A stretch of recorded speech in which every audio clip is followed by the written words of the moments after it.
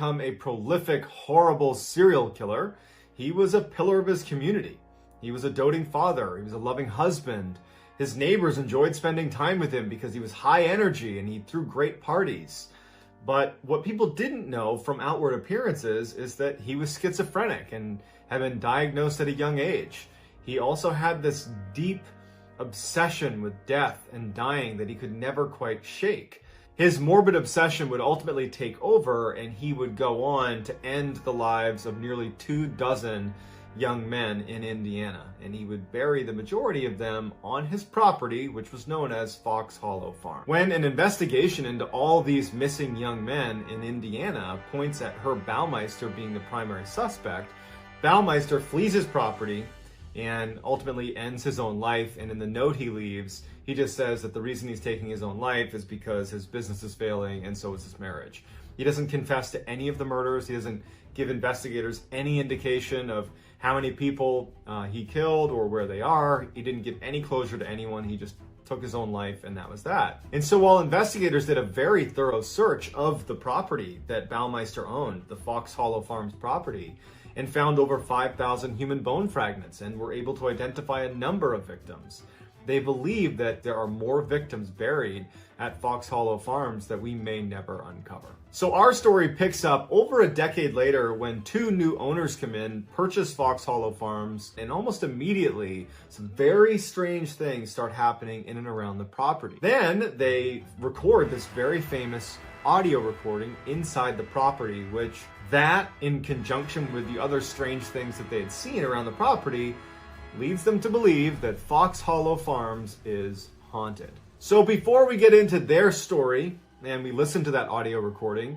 if you're interested in strange, dark, and mysterious content like what I'm promising on today's episode, then you've come to the right place, because this is the type of content that I produce 3 to 4 times a week.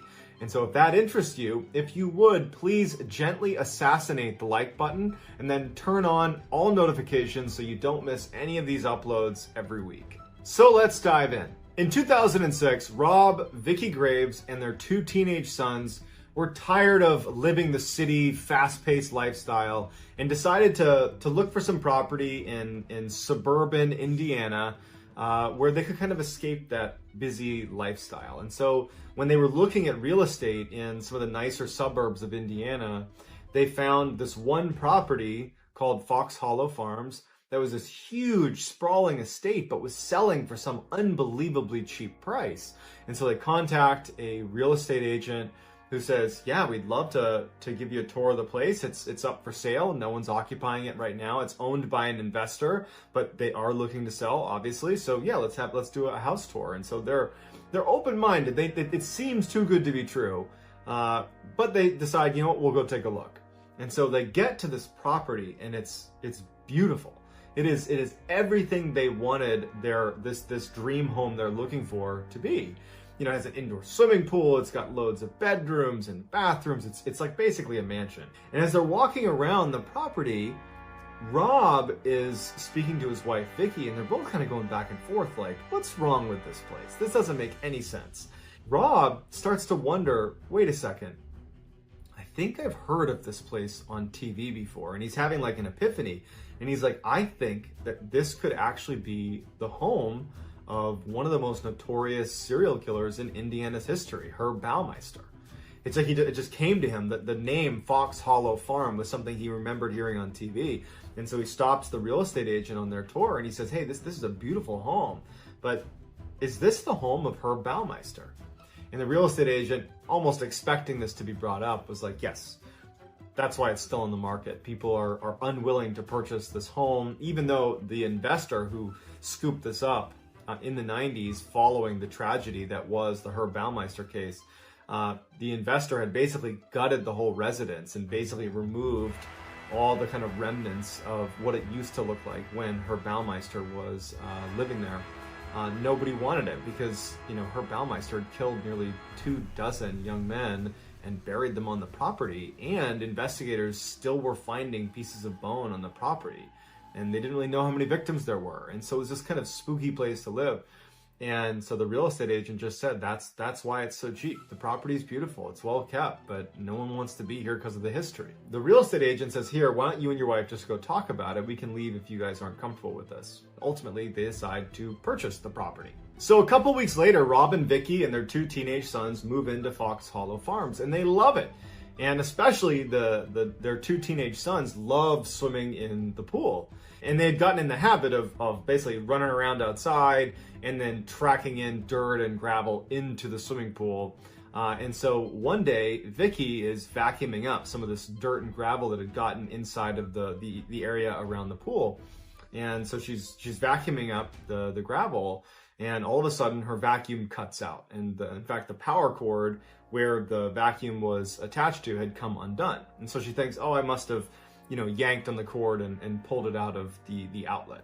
And so she goes over and she plugs it back in, and she goes back to vacuuming up the gravel that was in the pool.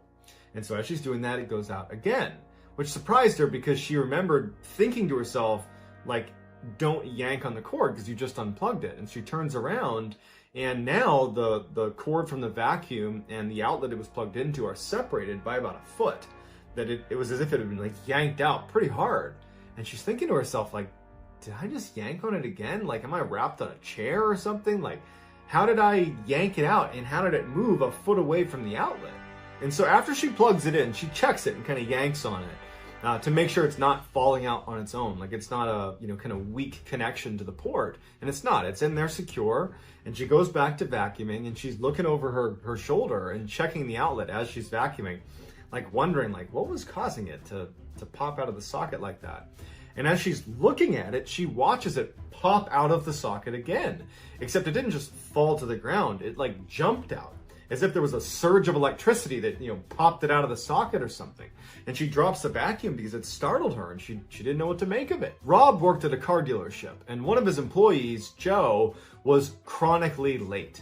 And it got to the point where Rob's like, Joe, what's going on? Like, why are you always late? And Joe said, I live over an hour away, and I can't get here on time. I got to find somewhere, to live that's closer to the dealership. And Rob is like, well, actually, we have an entire apartment attached to our residence at Fox Hollow Farms that no one's staying in. We'd be happy to let you rent that out. It's right down the road. And Joe's like, actually, that sounds pretty great. And so just a couple days later, Rob helps Joe move into the new apartment. And they spend the whole day moving all the boxes and furniture in there. And just in the span of just a few hours, they move everything into Joe's apartment. Rob leaves. Joe is exhausted. It's just he and his dog, Fred. And Joe just decides to crash for the night, and he lays down in the bed and falls asleep. And so that night, he has this dream where he's being chased by someone. He doesn't know what it is, but it causes him to actually act out his dream, like sleepwalk.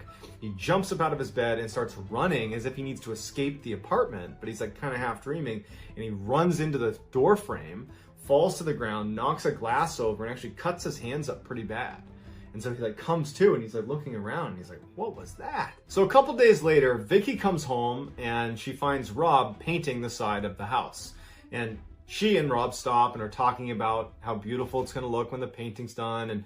And out of the corner of her eye, Vicky sees something in the forest that was on the edge of their property. And it was actually a man standing with a red t-shirt on, just standing like looking at their property. And as she's looking at him, he turns around and he starts walking away farther into the forest. And so she kind of looks, and before she says anything to Rob, the guy has just vanished into the woods. And so she just goes, Rob, I just saw someone standing on our property. He had a red shirt on, and he was right over there. And Rob immediately is like, well, honestly, we moved into a serial killer's house. We should accept that there's going to be people that are just going to want to sneak onto our property to get a look at this building. And so they walk over to where Vicky has seen this guy in red, and they look, and there's no one there. They yell out like, hey, is anybody here? And no one's there. And so even though it was pretty unsettling, Vicky and Rob just decide that I guess this is a reality of living here, is that you're going to have people spying on you a little bit because of the notoriety of the home. So later that night, Joe is in his apartment, and he's doing some dishes, and it's late at night, probably like 10 or 11 o'clock at night, and he hears a knock on the door. And he's literally mid-dishes, his hands are wet, and so he turns off the water and he yells out, hey, just a second, and he starts toweling off his hands, and as he's doing that, the knocking gets louder and more aggressive. And he's like, hey, hold on, I'm just drying my hands off, hold on. And he assumes it's Vicky or Rob. And so he starts walking over, and the knocking is just incessant. And he finally opens the door, and no one's there. It wasn't like the knocking was going on and stopped, and then he went over there and opened it. It was literally like the knocking was happening as he's opening the door, and no one is standing there. He's like immediately on guard. Like, okay, is someone like on the roof, like bending down? Is someone hiding? Like, what's going on? And he kind of pokes his head out and he's looking around, and he actually steps out onto the front steps there, and he's looking around. And he figured, like, if someone had knocked, they'd be running away if they're gone already. And he can't hear anything. It's just silent. There's no one there. And then he goes back into his apartment, shuts it, bolts the door shut, and out of the corner of his eye, he spots what looks like a man in his bedroom, basically just walking past the door frame into his bedroom. And it totally startles him. His dog starts growling and looking in the direction of the bedroom. And so he walks over there and looks in his bedroom, and there's nothing there. He flips on all the lights, he looks around, and he's like, what's going on here? Like, it totally scared him. So Joe had only been in this apartment for about 3 weeks, and one of the things he had kind of developed a habit doing was in the evenings he would take his dog Fred for a walk along the driveway that was, well lit, and the driveway was pretty long. It's a big piece of property, and he would take his dog up to the end of the driveway and then walk back. And because of what he's just witnessed with the knocking on the door and what looked like someone in his apartment, he decides he just wants to clear his head and go on a walk with his dog. And he figured he could maybe swing by the main house and see if the lights were on in Rob and Vicky's house, because in some way, maybe if their lights were on, it would indicate that maybe they had been over and had been knocking on his door, and tomorrow he'll find out what it was about. Like, he's searching for a way to rationalize this. And he notices right away that Vicky and Rob's house is totally dark. They're asleep. He doesn't make it very far when his dog stops. The dog starts taking off into the tree line. And before Joe actually takes off after his dog, he looks up and he breaks out through some of the lighting over the driveway that there is a man in red with a red t-shirt that's at the edge of the forest. And his back is turned and he's walking into the forest, and as Joe's looking, it looks like the man in red actually disappears. And so the dog is heading straight for this man in red. And so Joe, because it's his dog, he loves his dog, he starts running after the dog. Even though he's absolutely terrified of what's going to happen here, he couldn't let his dog get harmed.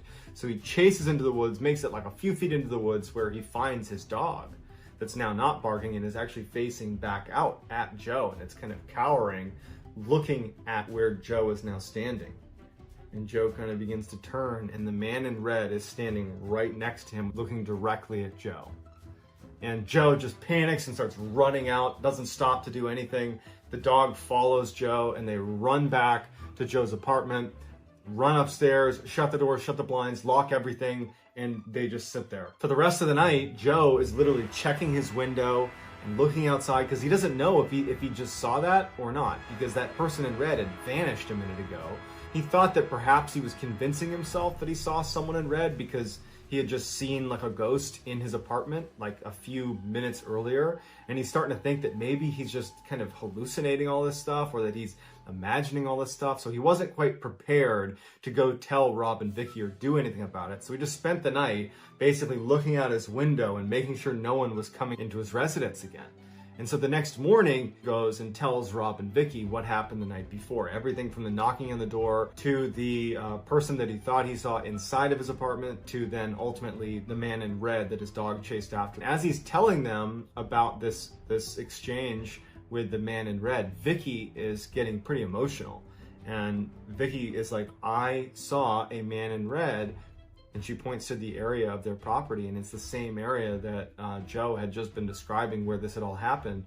She was like, I saw a man in red right over there. Like, what's going on? So that night, Joe is in his apartment, and Joe is definitely on edge about what had happened the night before. He's increasingly almost listening for noises outside because of how scary the night before was.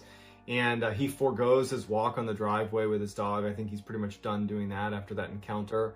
And as he's in his apartment, he hears knocking on the door again. And he yells, who is it? Who's at the door? and no answer. But the knocking continues, and it's one of those knockers. It's the actual knocker on the outside of the door that's being hit over and over again. He can see the door actually shaking from how hard this is being banged against the door. And finally, after like poking his head out and seeing no one, he rips the door open and no one's there. And he looks at the door itself, and the knocker is perpendicular to the ground, like someone's holding it up, but no one's there. And as he's looking at it, it swings down and knocks the door one last time.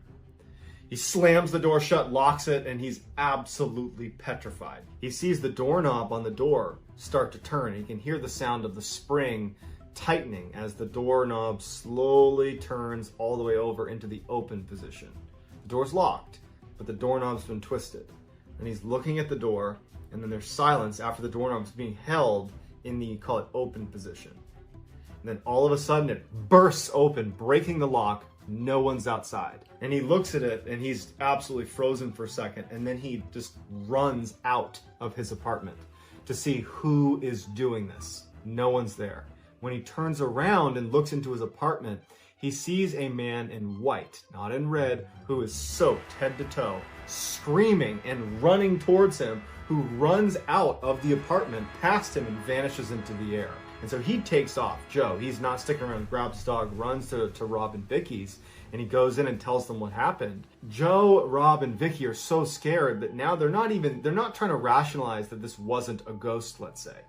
They're trying to convince themselves that this is a friendly ghost, that these are the victims of Herbert Baumeister that have been tormented by Baumeister, but they're here because they're trapped here. That man you saw in your apartment, that was a victim of Herbert Baumeister, escaping from Herbert Baumeister. The man in red, that was a victim of Herbert Baumeister. We're dealing with the victims here because so many people had their lives snuffed out here. And so it isn't really calming them, but it's like they're creating a narrative that fits what's happening. Because without a story, this is impossible to understand. And so they really start to believe that what they're experiencing is a haunting, but it is of Herb Baumeister's victims basically acting out their final moments or kind of leading them to, what happened to these victims. And so that night, Joe, Rob, and Vicky start going online and researching who the victims were, the known victims of Herb Baumeister. And there's images of all of these different victims. And as they're scrolling through all the pictures, Joe stops them on one and he goes, "That's the guy that was in my apartment. It looks exactly like the guy that was soaking wet, screaming, that ran out of my apartment."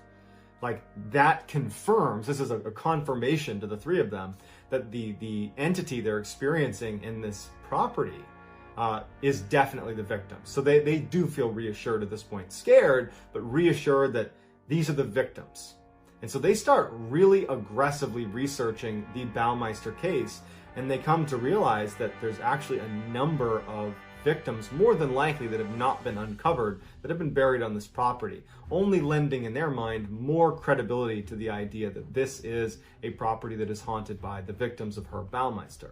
And so after a couple of days where there isn't much activity, Joe decides to go for a walk in the woods in the same area where the man in red had been seen by Vicky and by himself a couple days earlier.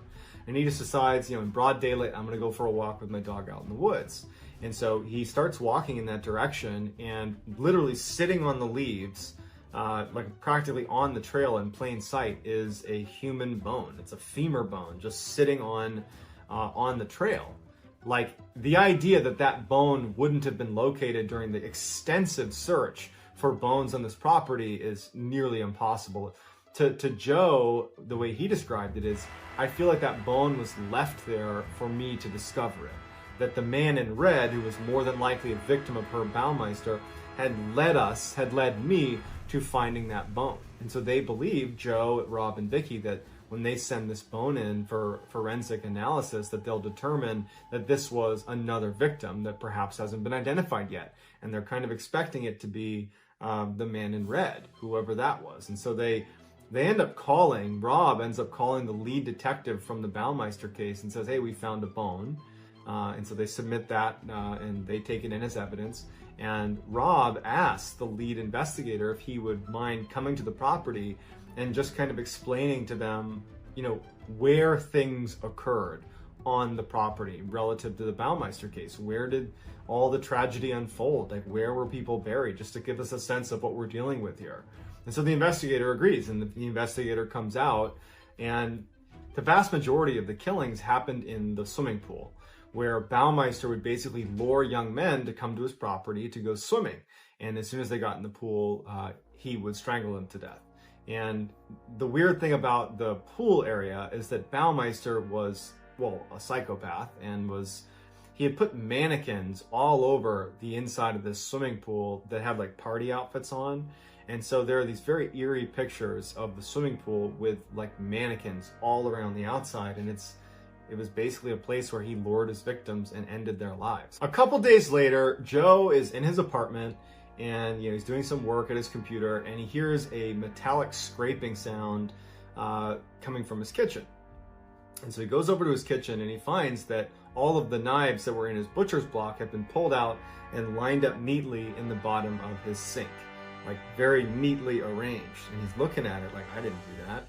And he turns towards his workstation, like as if to like look around the room, and he notices on the island that sits where he was standing right in front of him, a little bit low down, like halfway up the island, there was all these fresh cut marks in the wood, like quite a number of cut marks across the wood. And he's looking at that and he's thinking to himself, is this one of the victims telling me that, perhaps they had been attacked with a knife right here in the kitchen? He's thinking like it's his duty to try to figure out which victim this was and what happened to them. And so he gets his iPhone out and he turns on the voice recorder and he starts recording and asking some questions of the room. And he first make sure to turn off the TV, turn off the AC so it's quiet. And so with his recorder, he starts asking, like, who's anybody here? And there's silence. And he's like, who was the person in the kitchen? Who was walking through the kitchen? And there's silence. And then when he asks again about was there anybody in the kitchen, his dog starts growling and reacting to something in the room. And now Joe hasn't heard anything. He's not heard any confirmation that, there's someone in the room. He actually felt quite silly doing it. Takes his phone back to his computer because he takes his dog growling as maybe somehow confirmation that there was something there. And he downloads the audio file and he listens to it. And as he's listening to the file, right after he asks about is there anybody in the kitchen, he gets a response. Who keeps walking in the kitchen? Who's in the kitchen? The married one. And so as Joe is looking through all their files, he's seeing that every single victim was single. No one's married. They're all young men who are single. The only one who was married, involved in this case, was none other than the serial killer himself, Herb Baumeister. And so Joe has had this revelation, and it's when he realizes that it's not just the victims here. Herb Baumeister, the serial killer himself, is haunting this property. So I'd love to hear what you think is going on at Fox Hollow Farm, whether this is a haunting with Herb Baumeister himself showing himself and speaking on audio files, or if this is just a big hoax. I'd love to hear what you think. And if you want to get in touch with me, please direct message me on Instagram. My handle is JohnBallen416. I'm also very active on TikTok. My handle is MrBallen over there as well. And again, if you haven't already, please gently assassinate the like button and turn on all post notifications so you don't miss my 3 to 4 weekly uploads that look and sound an awful lot like this one. A 1979 New York Times article described her story as being, quote, one of the Western world's most intriguing and convincing cases of reincarnation. I myself am not a huge believer in reincarnation, mostly because any of the stories I've heard, there's no modern day corroboration of fact. But in Dorothy Eady's case, or as she became known, Setti's case, she has a number of things that line up with her story, with her lifelong story, that she in fact was from ancient Egypt and was actually a priestess in ancient Egypt times. And some of her discoveries are pretty incredible. And frankly, Egyptologists and historians that have looked at this case have spent decades trying to prove that she was lying, but can't. She had information that she shouldn't have had.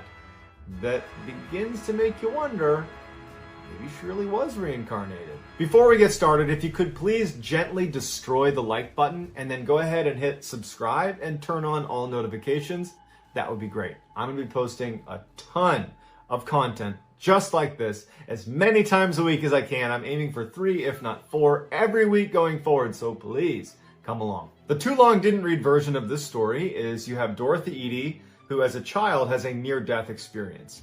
When she kind of comes back, she believes that she is no longer home, that her home is somewhere else. She starts having dreams about this place. She describes this garden and this big building, and then eventually she discovers that what she's describing is a place in ancient Egypt. And she ends up becoming obsessed with ancient Egypt and then begins providing information and helping with archaeological digs that leads to numerous incredible discoveries. All from memories that she claims to have had from her previous life. Even if you don't believe in reincarnation and this whole story seems like totally made up, just listen to how the story flows and then try to make sense of how in the world she had the information she had that led to distinct discoveries that nobody else had made. That they found this stuff as a result of Dorothy Eady's information.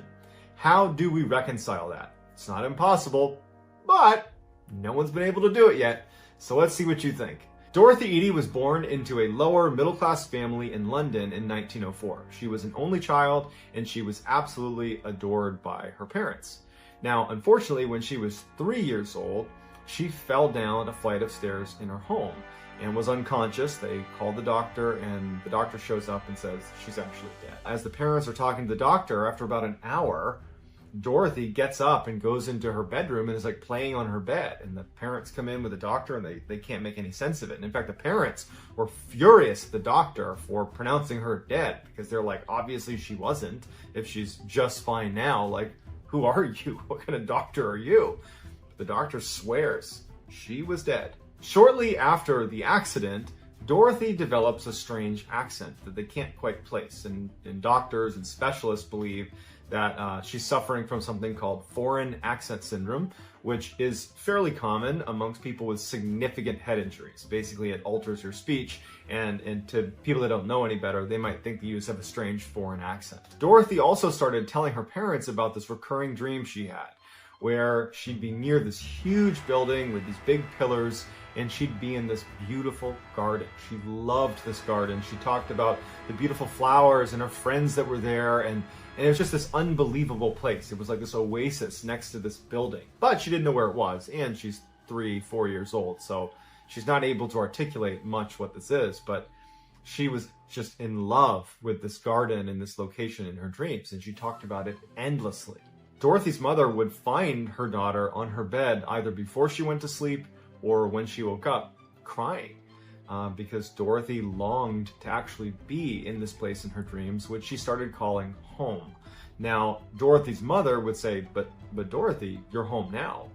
And she would say, no, I'm not home. My home is in that garden. It's near that building. And no matter how Dorothy's mother tried to kind of convince her that, no, honey, you live here now. You live here. You've never lived anywhere else. Dorothy was unbelievably convinced that what she was seeing in her dreams was her actual home. It was around this time that Dorothy's parents brought Dorothy to a British museum where they had a big ancient Egyptian exhibit set up. And when they went into the museum, Dorothy sees this exhibit and she's immediately attracted to it.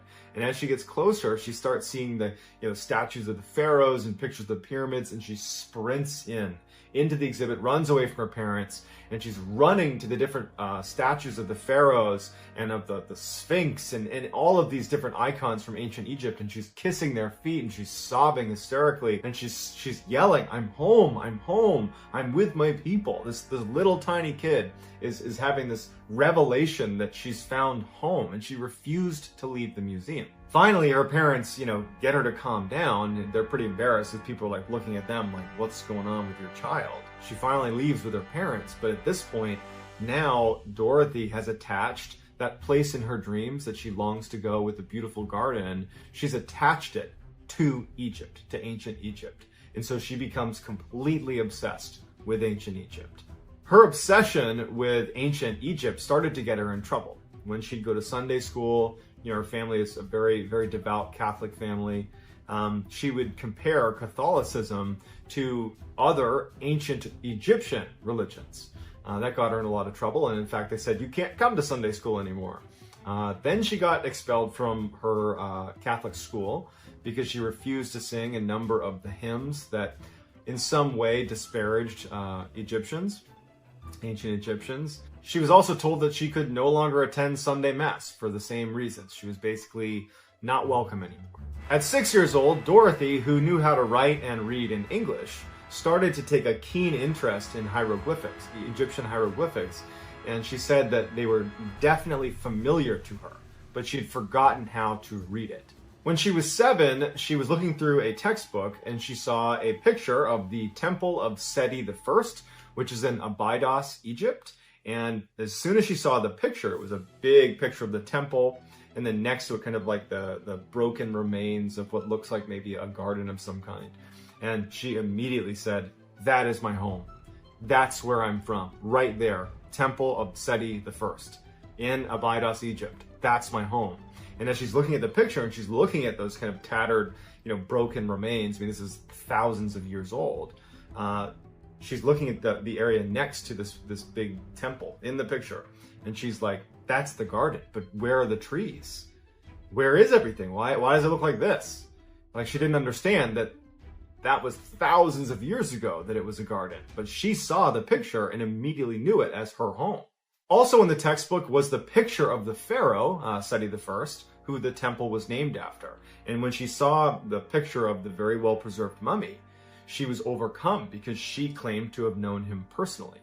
At age 10, Edie was kind of discovered by world-renowned Egyptologist E.A. Wallace Budge, who offered to teach her how to read and write hieroglyphics, which she picked up almost instantly. Starting at 14, in addition to that recurring dream of the Temple of Seti and the garden right next to the Temple of Seti that she claimed was her home, she started having a recurring nightmare where she, in her former life, was in this subterranean enclosure and she was being questioned by a high priestess who was demanding that she answered her questions, and when she refused, she was beaten. At 27 years old, Edie meets an Egyptian man and falls in love with him, but also, I'm sure on some level, she was marrying him to secure Egyptian residency, because as soon as they got married, they moved right back to Egypt, where she could be a resident.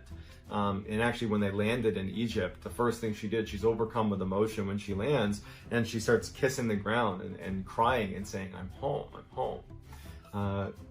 Dorothy and her Egyptian husband have a son, and they name him Seti, just like the pharaoh Seti.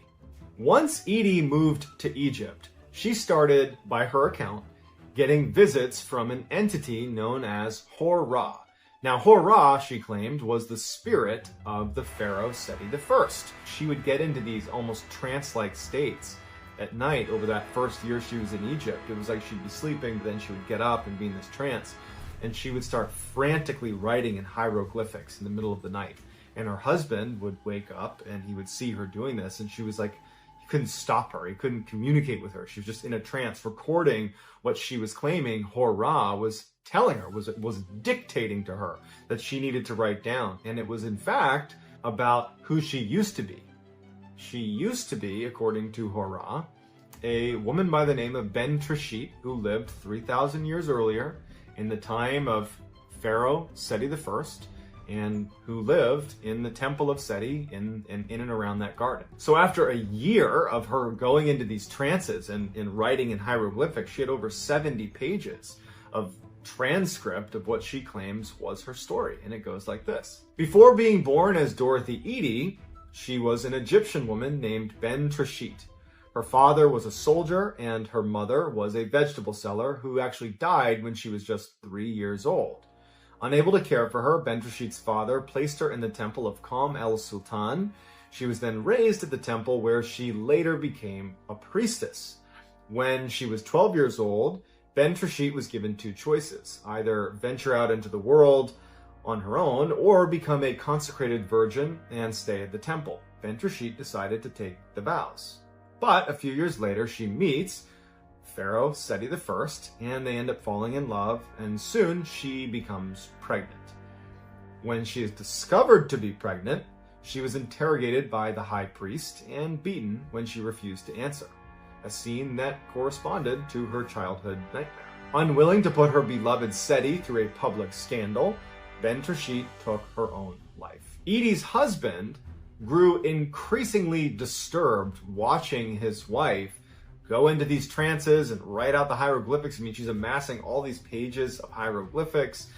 Her whole thing was just too much for him, and so he ultimately filed for divorce in 1936. Following the divorce, Dorothy and her young son leave and go live in another town near the Giza pyramids, and she starts going by the name Seti, which means mother of Seti. So she doesn't go by Dorothy Edie anymore. And at this point, she also takes a job with Egypt's Department of Antiquities, and she begins a very lengthy and highly successful career in Egyptology. For nearly 20 years, Seti would research almost exclusively the temple of Seti I and learn everything about not only the temple but the people who lived there, because it was where she believed she used to live. But it wouldn't be until 1952, when she's almost in her 50s, that she finally actually steps foot in Abydos. And it was because of a job transfer that put her there. And in fact, she took a pay cut to get this job. She was so desperate to just finally step foot in the place that she believed was her old home. As soon as she walked into the temple, the first thing she says is, "It's as if I've lived here before." And she quickly sets up an office in one of the temple rooms and spends almost all of her time there. And she even befriends a cobra and feeds the cobra daily, and just has this cobra friend that just hangs out with her, which no one could make any sense of. Lots of rumors swirled around whether this woman was sane, but because her contributions to Egyptology were so pronounced and so useful, that she was very highly regarded. But of all of her accomplishments, of all of the things that she did, the thing that she is most known for is when she was able, as soon as she got to the temple of Seti I, identify exactly where the garden was. For Seti, she'd been having dreams of this garden her whole life. And so she very quickly said, "If you dig here, you're going to find this garden." And sure enough, they dug down and there was the garden. And in fact, she had described the layout of the garden, what trees were where, what types of trees were there, and it was all confirmed. And once they dug it up, she was also instrumental in identifying where to dig on the north side of the temple, where she said there was a tunnel that ran underneath. It was a secret tunnel. And sure enough, they dug down, there was the tunnel. That was something that they had never seen before. Only she knew about it, and there was no way she would have known about it without prior knowledge. In addition, she also pointed researchers to search in a specific area, in an area known as the Valley of the Kings, for a tomb, a long-forgotten tomb. And sure enough, almost exactly where she described, there was in fact a tomb that had never been discovered before. As much as other Egyptologists did not want to accept Seti's claims that she had been reincarnated, and that's why she has all this knowledge, they wanted, frankly, it to be just the ramblings of a crazy person and it to just be some elaborate hoax, but they couldn't deny the fact that she had intimate knowledge of certainly everything that ever happened at the temple of Seti I in the time frame that she claimed to have been living there, 3,000 years prior. Fascinatingly, right before she died, when she was 81, she said that there was a secret underneath the temple of Seti I. There was a secret chamber, and there was a secret within that secret chamber. But no one's ever gone down there. No one knows where to begin to look. And so without Seti guiding them, it may be one of those things that we'll just never know.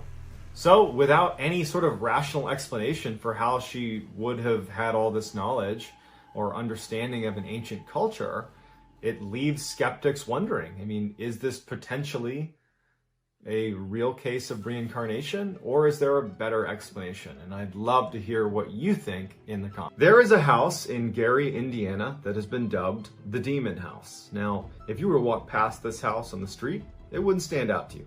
It's very modest, single-story, 3-bedroom home. Looks like all the other houses around it, but the history behind this house is totally bizarre.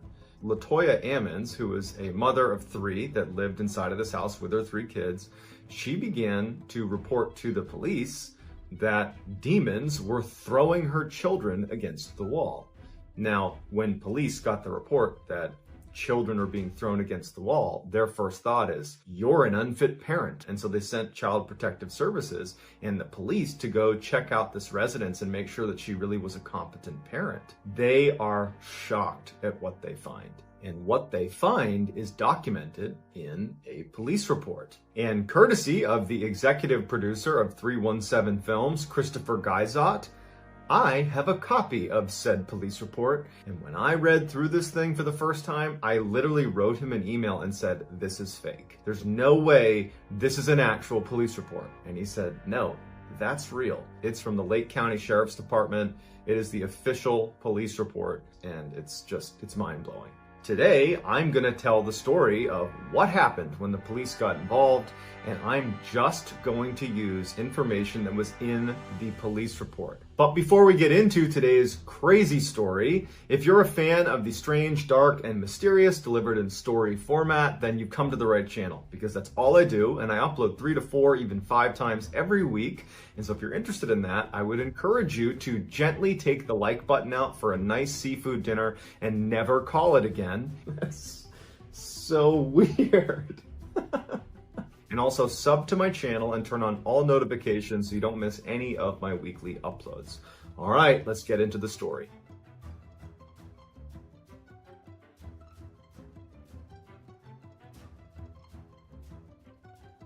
After numerous reports that Latoya Ammons was mistreating her children, based on reports that she gave, she was telling police that demons were throwing her kids around the house.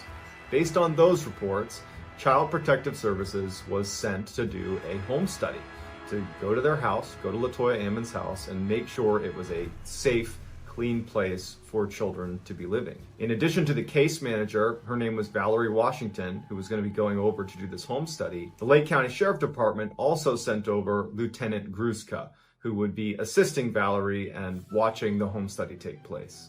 When Gruszka arrives at the house, he is met with Valerie Washington, also Latoya Ammons, the mother, and her 2 sons, Andrew, who's 9, and Amante, who's 7, as well as Latoya's mother, so the boy's grandmother. Her name was Rosa. Washington, the case manager, pulls Gruszka aside out of earshot of Latoya and her family, and she starts telling Gruszka about what happened at the hospital 8 days earlier, because she, the case manager, had already begun investigating Latoya Ammons and that whole situation with her kids. 8 days earlier, Washington was at the hospital, sitting in a waiting room. Washington was with a psychologist, and they were speaking to Rosa, who was the grandmother of these children. In the room was also Andrew, the oldest son, and Amante, the youngest son. And as they're chatting, Amante, the youngest son, stands up and walks to the middle of the waiting room. And his eyes roll back into his skull, and he begins emitting this growling sound that sounded too deep for a boy of 7 years old. The grandmother reacted to it like she had seen it before. She got right up, she marched over to him, and she took him by the hands, and she yelled, "You are not you." And she kept saying that, and the boy's eyes are still back in his head, and he's not responding to anything his grandmother's saying. As Rosa is repeating over and over again, "You are not you," Amante begins backpedaling towards the wall behind him. And Rosa holds his hands the whole time. She's holding his hands firmly. He gets to the wall, and instead of stopping, he puts his foot up against the wall. This is a 7-year-old boy, and begins walking up the wall by pressing against Rosa. And she's holding on tight, and he's pressing back at her and using that weight to walk backwards up the wall. The psychologist in Washington are just watching in disbelief. Rosa's holding on to him as he walks all the way up to where he's on his tippy toes on the wall.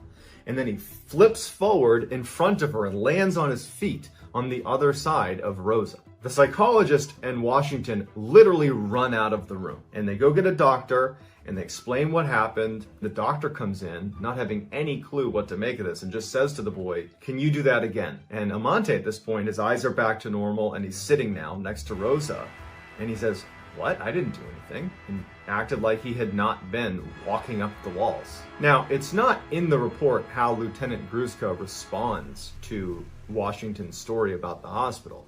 However, the entire police report that I'm pulling all this information from is written by Lieutenant Gruszka at the end of the investigation.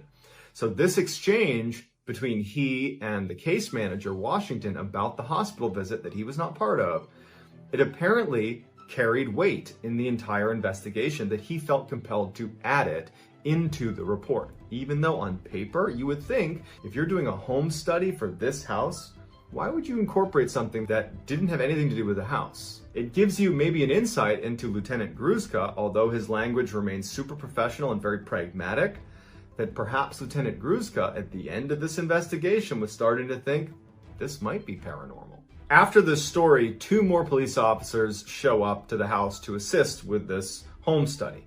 One was Brian Miller and the other was Charles Austin. At this point, the 3 officers, Gruszka, Miller, and Austin, along with the case manager, Washington, begin walking towards the family and towards the front door of the house. LaToya says that she and her kids will not go back in the house because they had moved out very recently because of the strangeness that they claim was happening inside of the house. They felt like they were under attack by demons. And so the police, they needed someone to bring them in. And so Rosa, the grandmother, LaToya's mother, she offered to go in with them. So the house is a single-story, 3-bedroom house. You walk in and you're inside of the screened-in porch. You go into the main level.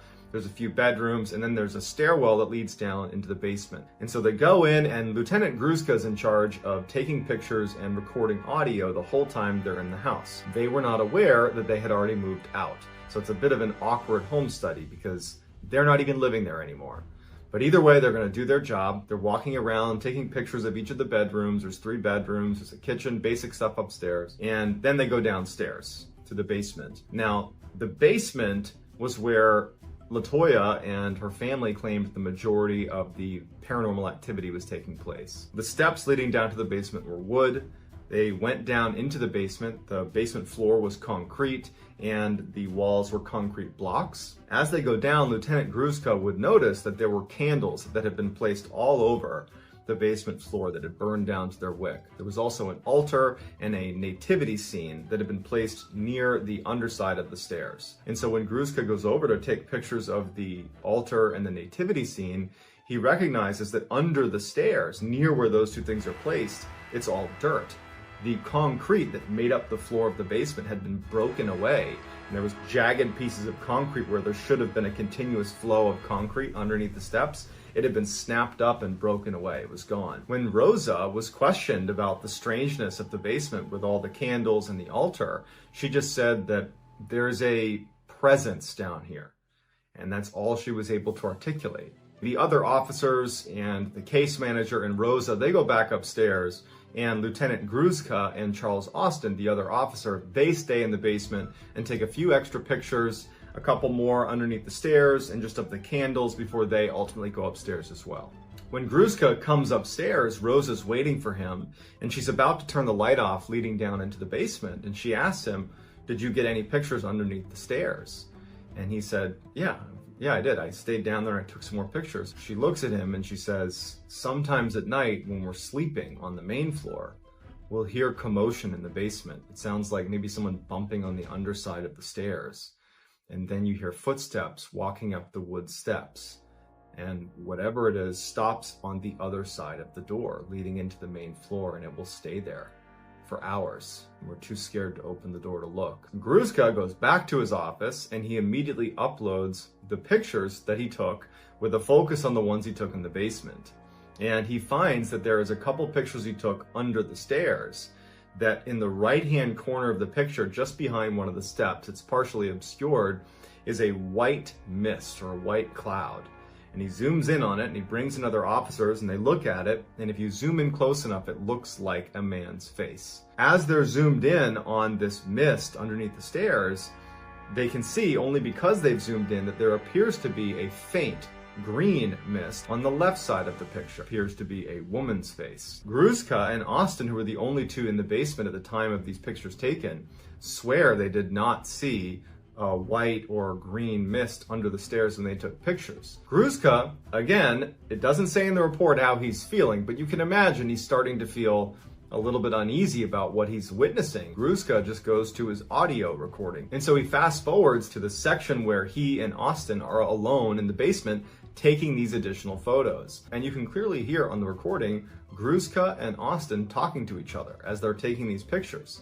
And at some point, as they're taking these pictures of the basement, a third voice, not Austin, not Gruszka, say directly into the audio recorder, "Hey." The audio recorder was one that Gruszka was used to using, and it had never malfunctioned before. And he and Austin were the only ones down there. And so they couldn't explain where the third voice was coming from, and neither could any of the other officers who listened to it. On April 30th, Gruszka set up a meeting with LaToya Ammon's priest, who she was very close with. They were regular churchgoers. This priest, his name was Father Maginot, he had been at the Ammons' residence 5 days before this home visit was done, when LaToya Ammons and her family was still living in that residence. And so Gruszka went to interview him to get a sense of what it was like when they were still living there. Father Maginot said he was there because LaToya had reached out and said, "I don't know what to do," because she's claiming there are demons here. And while they're sitting in the living room on the main floor, Father Maginot is telling Gruszka that the bathroom light started flickering on and off. And so it was distracting enough that ultimately Father Maginot got up and walked over to the bathroom, and as soon as he went inside, the flickering stopped. And then he'd go back down and sit down, and it would start again. Repeatedly, Father Maginot would get up when it was flickering, he would go in and it would stop, he'd come back and it would start flickering again. So while this is happening and Father Maginot is going back and forth to the bathroom trying to figure out why the light is flickering, LaToya points out that a liquid is forming on one of the window blinds in the room that they were all sitting in. There was this oily liquid substance that was just kind of trickling down the window blinds. And Father Maginot walks over and looks at it. They're all looking at it, and there's no leak in the ceiling. There's no source for this liquid, and it hadn't been there before. At least that's what LaToya Ammons and her family is saying, that that's not from us. We don't know what that is. As they're looking at this oily substance on the blinds, the cord that controls the blind itself starts swaying back and forth. And everyone's startled as they're looking at it because there's no draft in the room, the window's not open, there's no reason it should be swaying.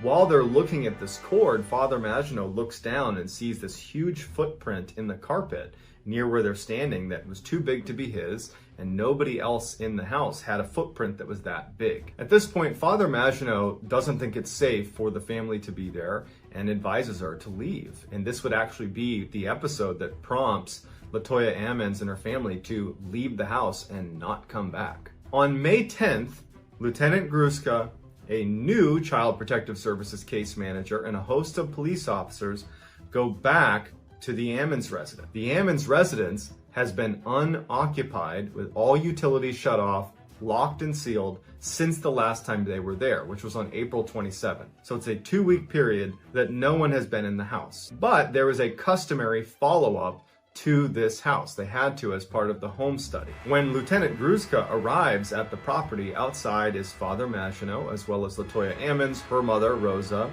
LaToya's 2 sons, Andrew and Amante, as well as a host of police officers. There's a canine unit that's there. Although it's not said explicitly in the report, it would appear that the reason there's all this additional police presence in a canine unit is because there's enough weirdness being reported about the house. There could be a home invasion situation happening, that somebody else is living in this house. Any number of things could be happening, but they can't write off all of the strange testimony about what's happening in the house. And so before they go in for this second home study, they have one of the dogs from the canine unit go into the property and search the property for intruders, just in case this was a home invasion or something like that. They wanted to just check the box. So they send the dog in, the dog comes out, hasn't found anything unusual. And so the police, along with Father Maginot, the case manager, and Rosa, they go back into the house. The main level looked untouched. There was nothing strange happening in the main level when they walked around. Nothing was disturbed. It looked like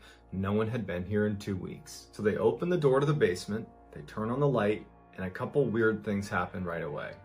One, they notice that on the steps, on the wooden steps leading into the basement, there is an oily substance with no clear origin that goes all the way down the steps, snakes around the side, and disappears underneath the stairs. As they begin walking down the stairs, the case manager from Child Protective Services happens to touch a cabinet that had been built into the walls along the stairwell leading down into the basement. And immediately she pulls her hand back. She grabs her pinky and she reacts like something had hurt her. And they ask, hey, what's going on? And she's like, I don't know, I just touched the cabinet and my hand now hurts. My pinky hurts, it's tingling. And it apparently had turned white. We don't have any images to show that, but her pinky basically had been wounded just from touching this cabinet. And so the officers go down into the basement, they follow this oily trail that goes back under the stairs, and they're thinking to themselves, all the utilities have been turned off. There's no reason there should be any water down here. Not to mention there's no origin for this oily substance. And no one's been in the house for the past 2 weeks. So we can't even account for this by saying that one of the family members might have spilled something. And so even though it's not written into the report that they were scared or that they were considering this could be beyond rational explanation, it's clear from what happens next that everybody there was ready to explore the idea that something was happening underneath the steps. Because now the family's claimed there's been something crawling out of there and walking up the stairs at night. You have this strange oily substance coming from the underside of the stairs. You have the white and the green apparition inside of the pictures. Father Maginot suggested that if there was some sort of demonic possession happening in the house, that there's a good chance they would find things underneath the steps that were tied to the family. And so they decide they're gonna dig up the dirt underneath the steps. And so Gruszka begins digging into this dirt patch under the steps. And he makes it about 2 feet down. And he finds a press-on pink fingernail. He also finds women's underwear. And as he keeps digging, he finds a political pin, like for your t-shirt. He also finds the lid to one of the cooking pots from upstairs. He continues to dig and he finds some trash and miscellaneous papers, and it dawns on the group that someone or something is leaving the basement, going into the main section of the house, taking things from the family, going back downstairs, going underneath the steps, and burying them, and probably has been for some time.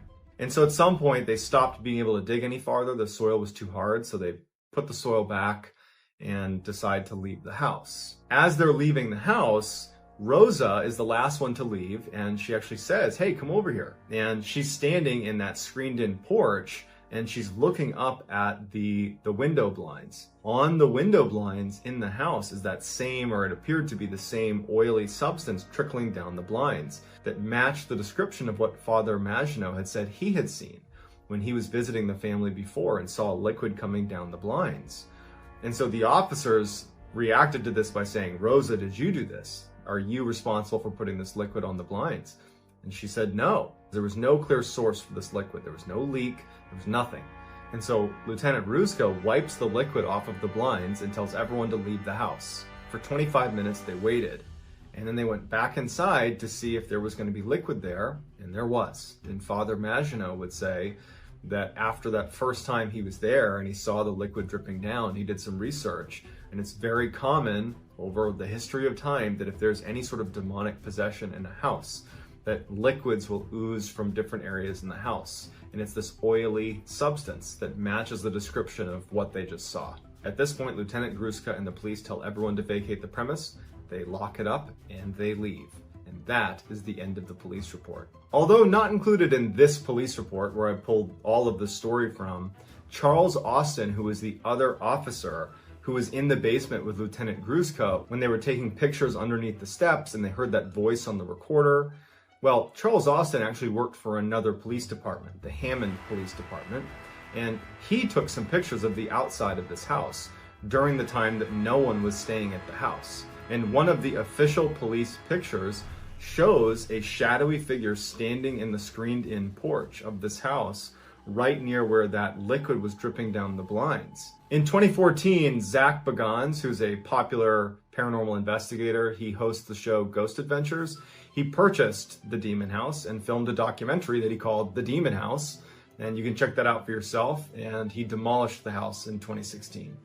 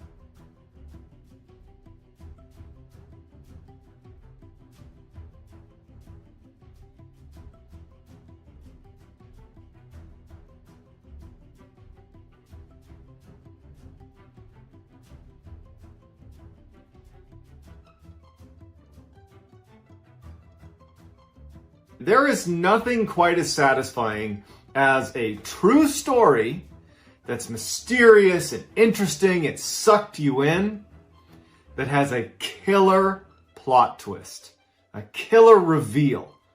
That, to me, is just the most satisfying thing you can find.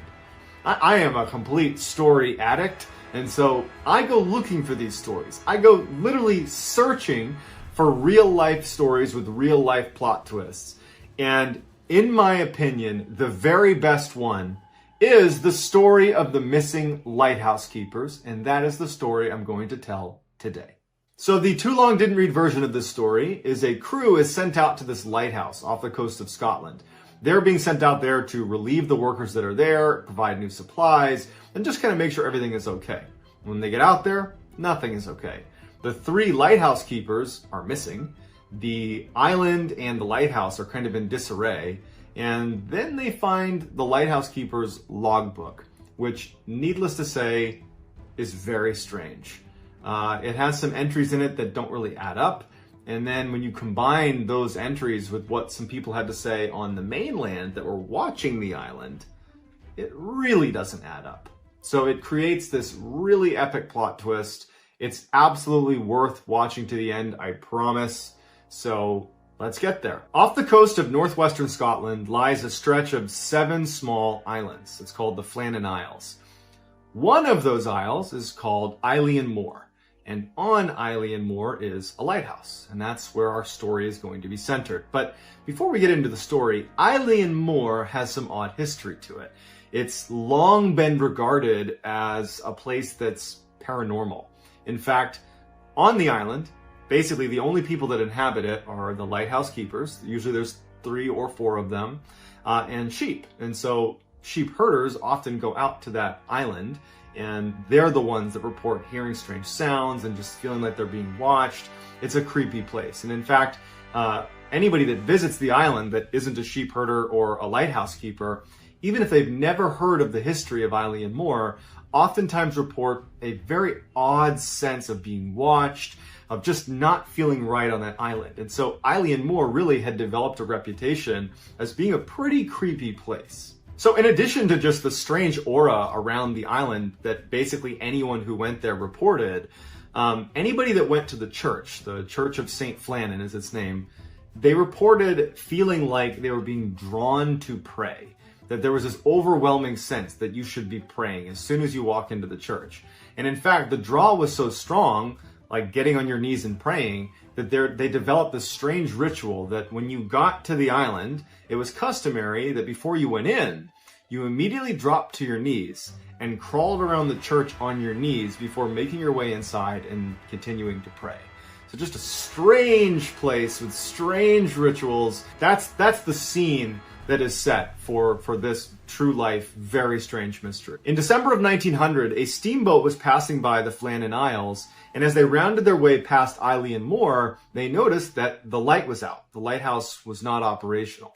And so when that steamboat finally got to port 3 days later, they told authorities that, hey, Eilean Moor is not operational. You should go check on them. And so as it happened, it was actually time to replace the lighthouse keepers that were at Eilean Moor. So Captain James Harvey gets his crew together, and he takes Joseph Moore, who's the replacement lighthouse keeper, and they head out to Eilean Moor to check on the lighthouse keepers, but also replace them. So it was a changing of the guard and making sure that everything was okay. As you approach Eilean Moor, you would see a massive staircase coming up from the dock all the way up to where the lighthouse is. So from a distance, if you were looking at Eilean Moor, it would be fairly easy to break out anybody that was walking down the steps to get down to the dock. And since the island was really only inhabited by lighthouse keepers and sheep, the crew, Captain Harvey and his crew, as they're making their approach to Eilean Moor, they're watching those steps to see if the lighthouse keepers are going to notice them and come down and greet them on the dock, because that was customary. You always are at the dock ready to assist the crew as they come into Eilean Moor. That was just the way it was done. And so as they're making their approach, they're watching these steps, looking for signs that the keepers are coming down, because on some level, the crew that's going out to replace them, on the back of their head, they're a little bit nervous that something's wrong. I mean, they know that the lighthouse was not operational, and that's part of the reason they're going out. So they're kind of like actively watching those steps. They're looking for signs that they're coming down to the dock. And as they get closer and closer, they don't see anybody come down the steps. They don't see anyone on the dock. And even worse, no preparations were made for the next crew to come into the dock. That was something that all lighthouse keepers did. They kept that dock, up to code so that if any time someone came in, they could properly dock and make their way up. So no preparations are made. No one is coming down to greet them. So the omen is pretty bad. And so Captain Harvey and his crew, they dock on the dock, and the captain and his crew say, hey, to Joseph Moore, you go up and just do a cursory examination of the island. Make sure these guys are okay. We'll stay down here for a minute. You go check. So Joseph Moore gets out and he starts walking up this massive set of stairs where he can't see the lighthouse. He can only see the steps. It's pretty steep. And later he would say that he had this deep sense of just foreboding, like something bad is about to happen. He felt very stressed out as he's walking up the stairs. And as he makes his way up, he finally kind of crests to where he can actually start to break out the top of the island where you can see the lighthouse and you can see, where they were staying. And the first thing he notices is the steel railings that line this massive staircase up to the island near the lighthouse itself. The steel railings had been bent over. Like imagine if it was made out of tinfoil. They had been folded onto themselves. Like pretty significant damage to, steel railings. And so he makes note of that. And he also notices that this big boulder that I don't think it was decorative. It just was on the island. And so they built around it. There's this huge boulder that just was right in front of the lighthouse. And it had been that way for, years and years. It had moved significantly. And you could actually see a trail underneath the boulder where it had rolled across the grass. So Joseph Moore, the replacement lighthouse keeper, is thinking to himself, my God, this is straight out of the storm of the century. Like clearly the worst storm ever has hit this island. No wonder their lighthouse was non-operational because they were hit with like the worst storm ever. And so that's his initial assessment. He goes up to the door. The door is unlocked, but shut. And he opens it up. First thing he does is he yells for the lighthouse keepers that are supposed to be there. They don't call back. There's apparently no one in the lighthouse. Before he even starts moving through the lighthouse, he looks on his right and he sees all the hooks where they would have kept their clothes. And one hook still is holding an oilskin jacket. And anytime you would leave the lighthouse, especially if you were leaving the island for some reason, there is no reason in the world you would not be wearing that jacket. So it's another kind of bad sign. It means that if they're not here, if the three lighthouse keepers are not inside of this lighthouse, why aren't all three oilskins gone with them?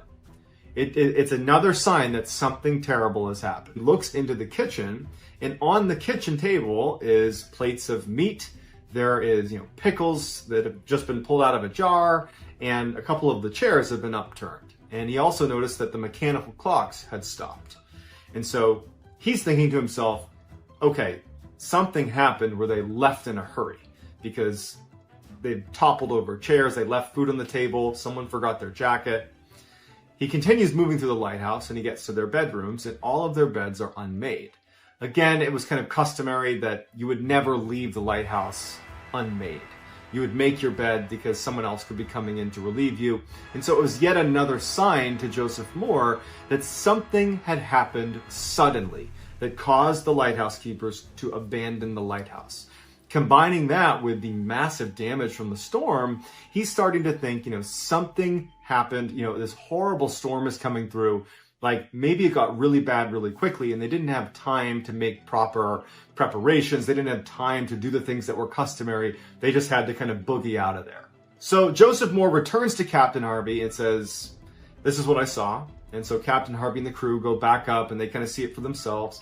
And Captain Harvey ends up sending a telegram back to the mainland explaining that there has been a horrible tragedy here. A dreadful accident has happened at the Flannans. The three keepers, Ducat, Marshall, and the Occasional, have disappeared from the island. The clocks were stopped and other signs indicated that the accident must have happened about a week ago.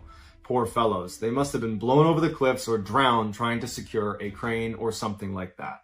After Captain Harvey sends this telegram, he and Joseph Moore and the rest of the crew continue to kind of search the island and do some investigating. And they discover the logbook that the 3 lighthouse keepers had been keeping. And so all of the entries are pretty standard. It was, common practice that you would mark down what happened that day, what ships you saw, just kind of basic log keeping of the lighthouse.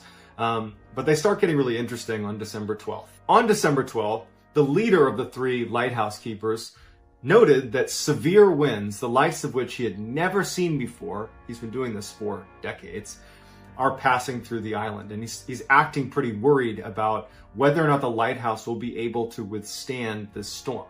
He also noted that the other 2 lighthouse keepers were not doing well. He said one of them had been basically just praying nonstop.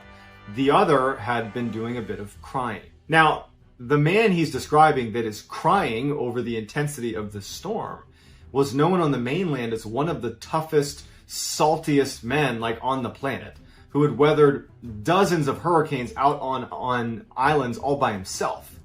And so for him to be crying over the severity of the storm just shows you how severe the storm really was. The entries on the 13th and 14th point to them believing that they're not going to get out of this storm alive.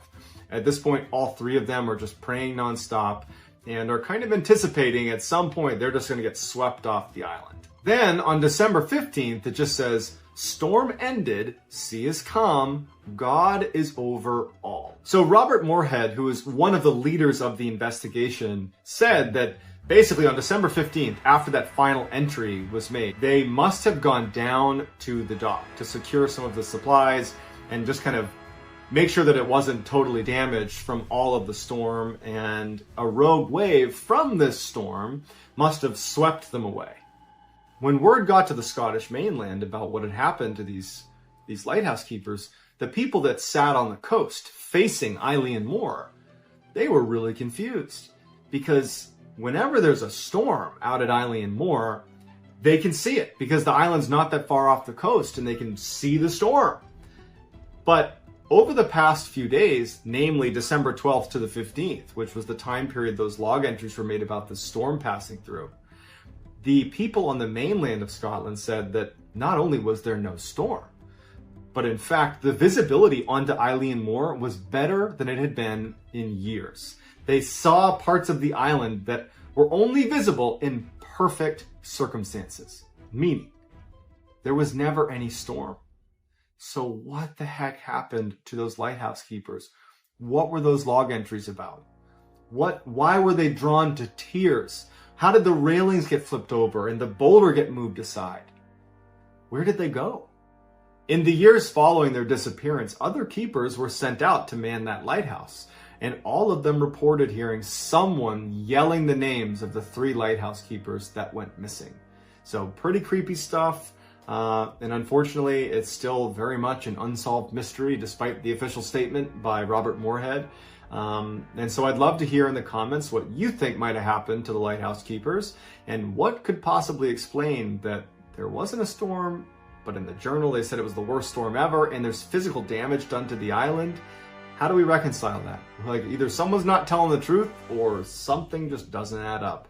And I'd love to hear what you have to say in the comments. Moscow, Russia, which is one of the world's richest cities, is home to more billionaires than any other European city. But if you travel just 10 miles south of Moscow's richest neighborhood, the Golden Mile, you will reach one of Russia's poorest neighborhoods, the southern Moscow suburbs. Nicknamed Zhopamira, which means the soul of the world, these suburbs used to be a thriving neighborhood with tens of thousands of working-class Russians and their families calling it their home. But after the fall of the Soviet Union in 1991, the money and the jobs in this area dried up completely, and even though the residents wanted to relocate and live somewhere with more opportunity, they couldn't. They didn't have the resources to leave, and so they were trapped. And since 1991, really really nothing has changed in these suburbs. Today, there are still tens of thousands of now very poor Russian families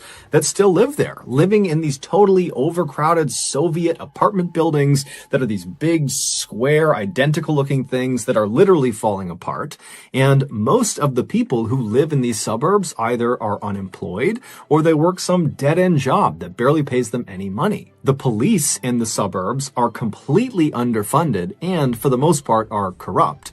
And so crime over the years has really taken a dramatic uptick. Also, drug and alcohol abuse are completely running rampant in this part of the world. But despite their notoriously rough living situation in the southern Moscow suburbs, these residents do have one claim to fame, and that is the Bitsevsky Park. Bitsevsky Park is comprised primarily of a massive, lush green forest that is full of wildlife and beautiful streams and clearings, and it sits right on the southern edge of the southern Moscow suburbs. In total, the park covers a whopping 2,700 acres and stretches 4 miles from top to bottom, which makes it 3 times bigger than New York City's famous Central Park. Bitsevsky Park had always been a popular tourist destination for people living around Moscow, but after the fall of the Soviet Union, the park's popularity skyrocketed, specifically amongst people that lived in the southern Moscow suburbs. As their lives continued to become more bleak in the 1990s,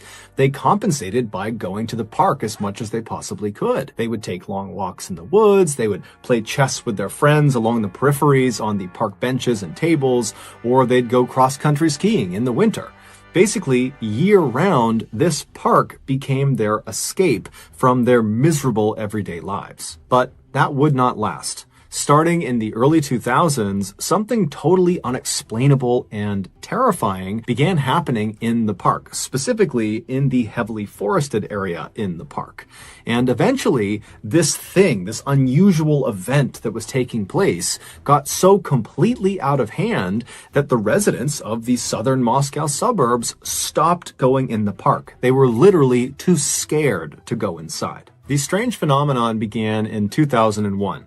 From May to July that year, 10 people went missing after having been spotted either in or right around the outside of the heavily forested area inside of Bitsevsky Park. All of them were alone when they were last spotted, and all of them were men. Now, there was some precedent for people suddenly going missing in this part of Russia. Every now and again, people would try to flee these suburbs to try to make a better life for themselves somewhere else, but time and time again, they would just come back a couple of days or weeks later because it hadn't worked out. But when these 10 men did not come back in a couple of days or weeks, their families went to police and reported them missing.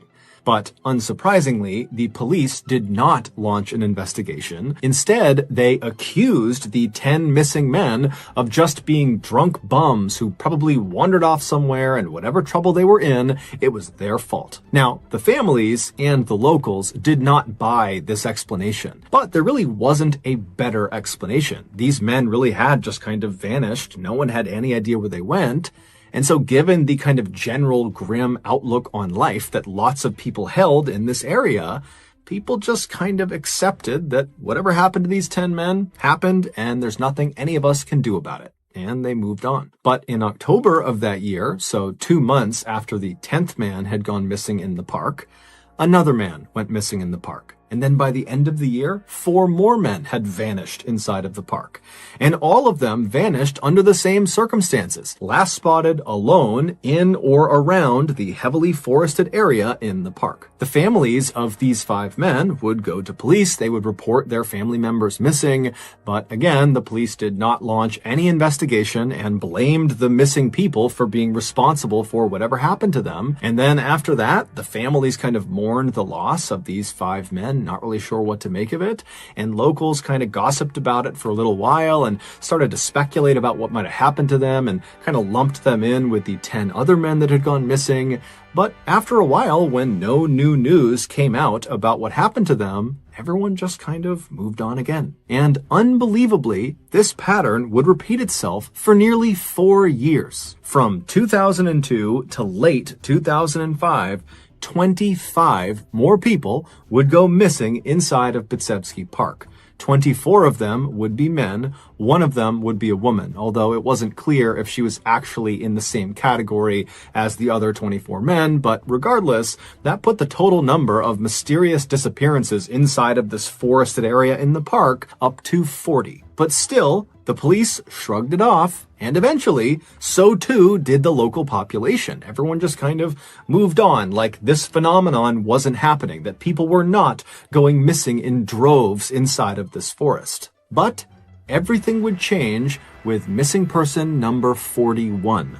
Because unlike the previous 40, this missing person would be found again. 63-year-old Nikolai Zakharchenko was a retired police officer who lived in a tiny apartment in the southern Moscow suburbs with his family. He was a classic Russian tough guy who chain-smoked cigarettes and drank lots of vodka. And even though he was well aware of the missing person phenomenon inside of this park, that wasn't about to stop him from doing the thing he loved, which was going on walks inside of this park.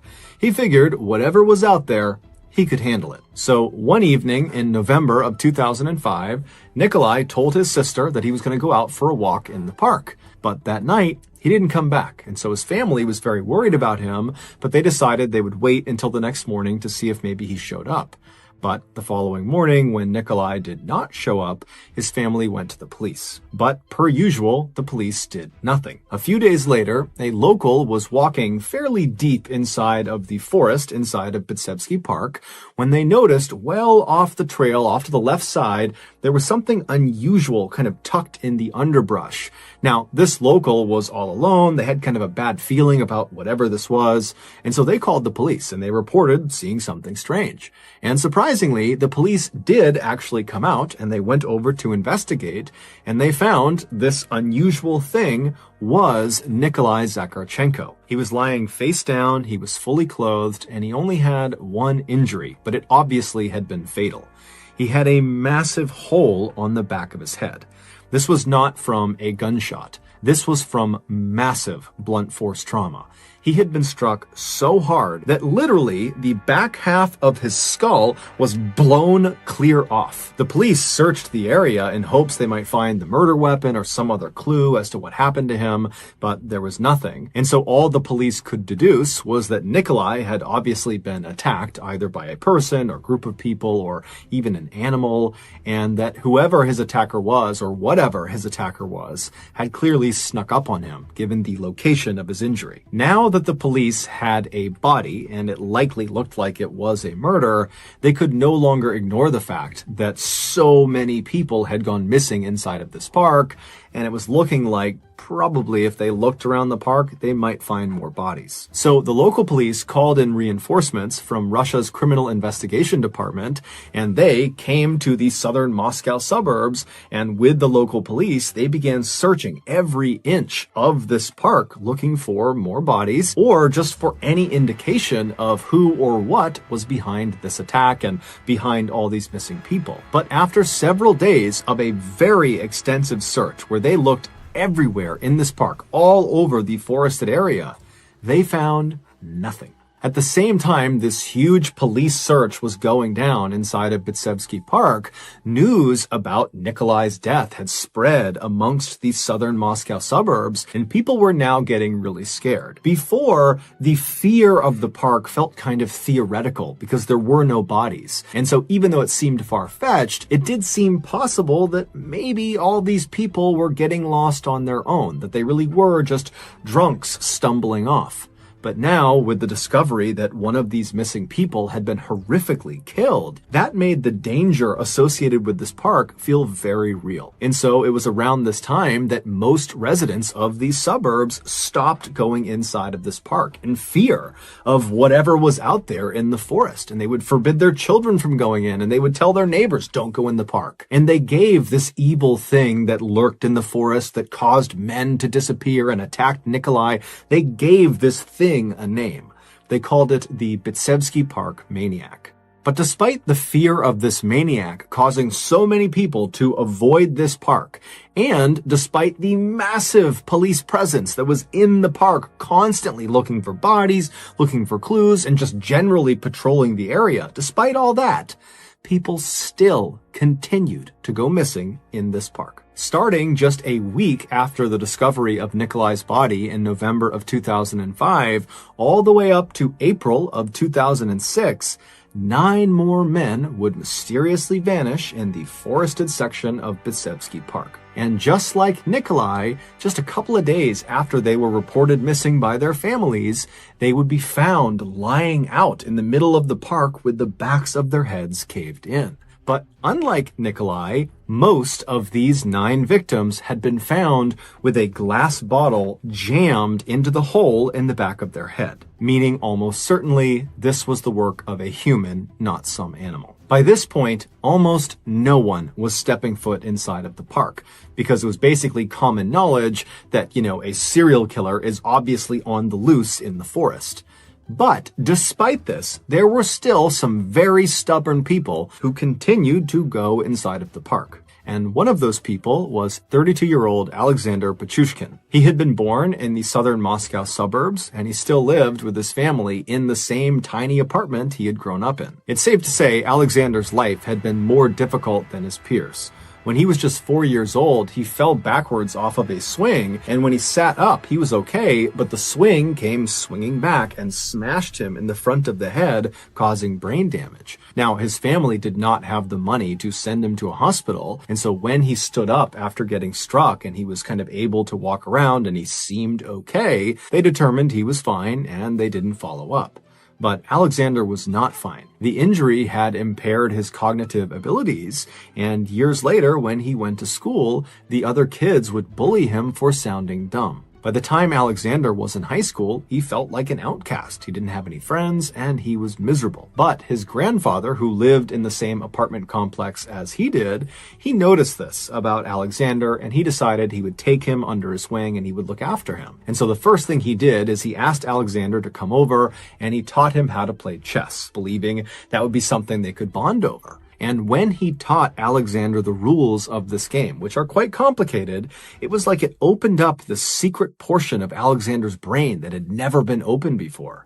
Alexander immediately absorbed all this information about chess and became a master of it practically overnight. Within a couple of days of being taught how to play, he was beating his grandfather virtually every time they played together. And so his grandfather was totally thrilled about this and was very proud of Alexander.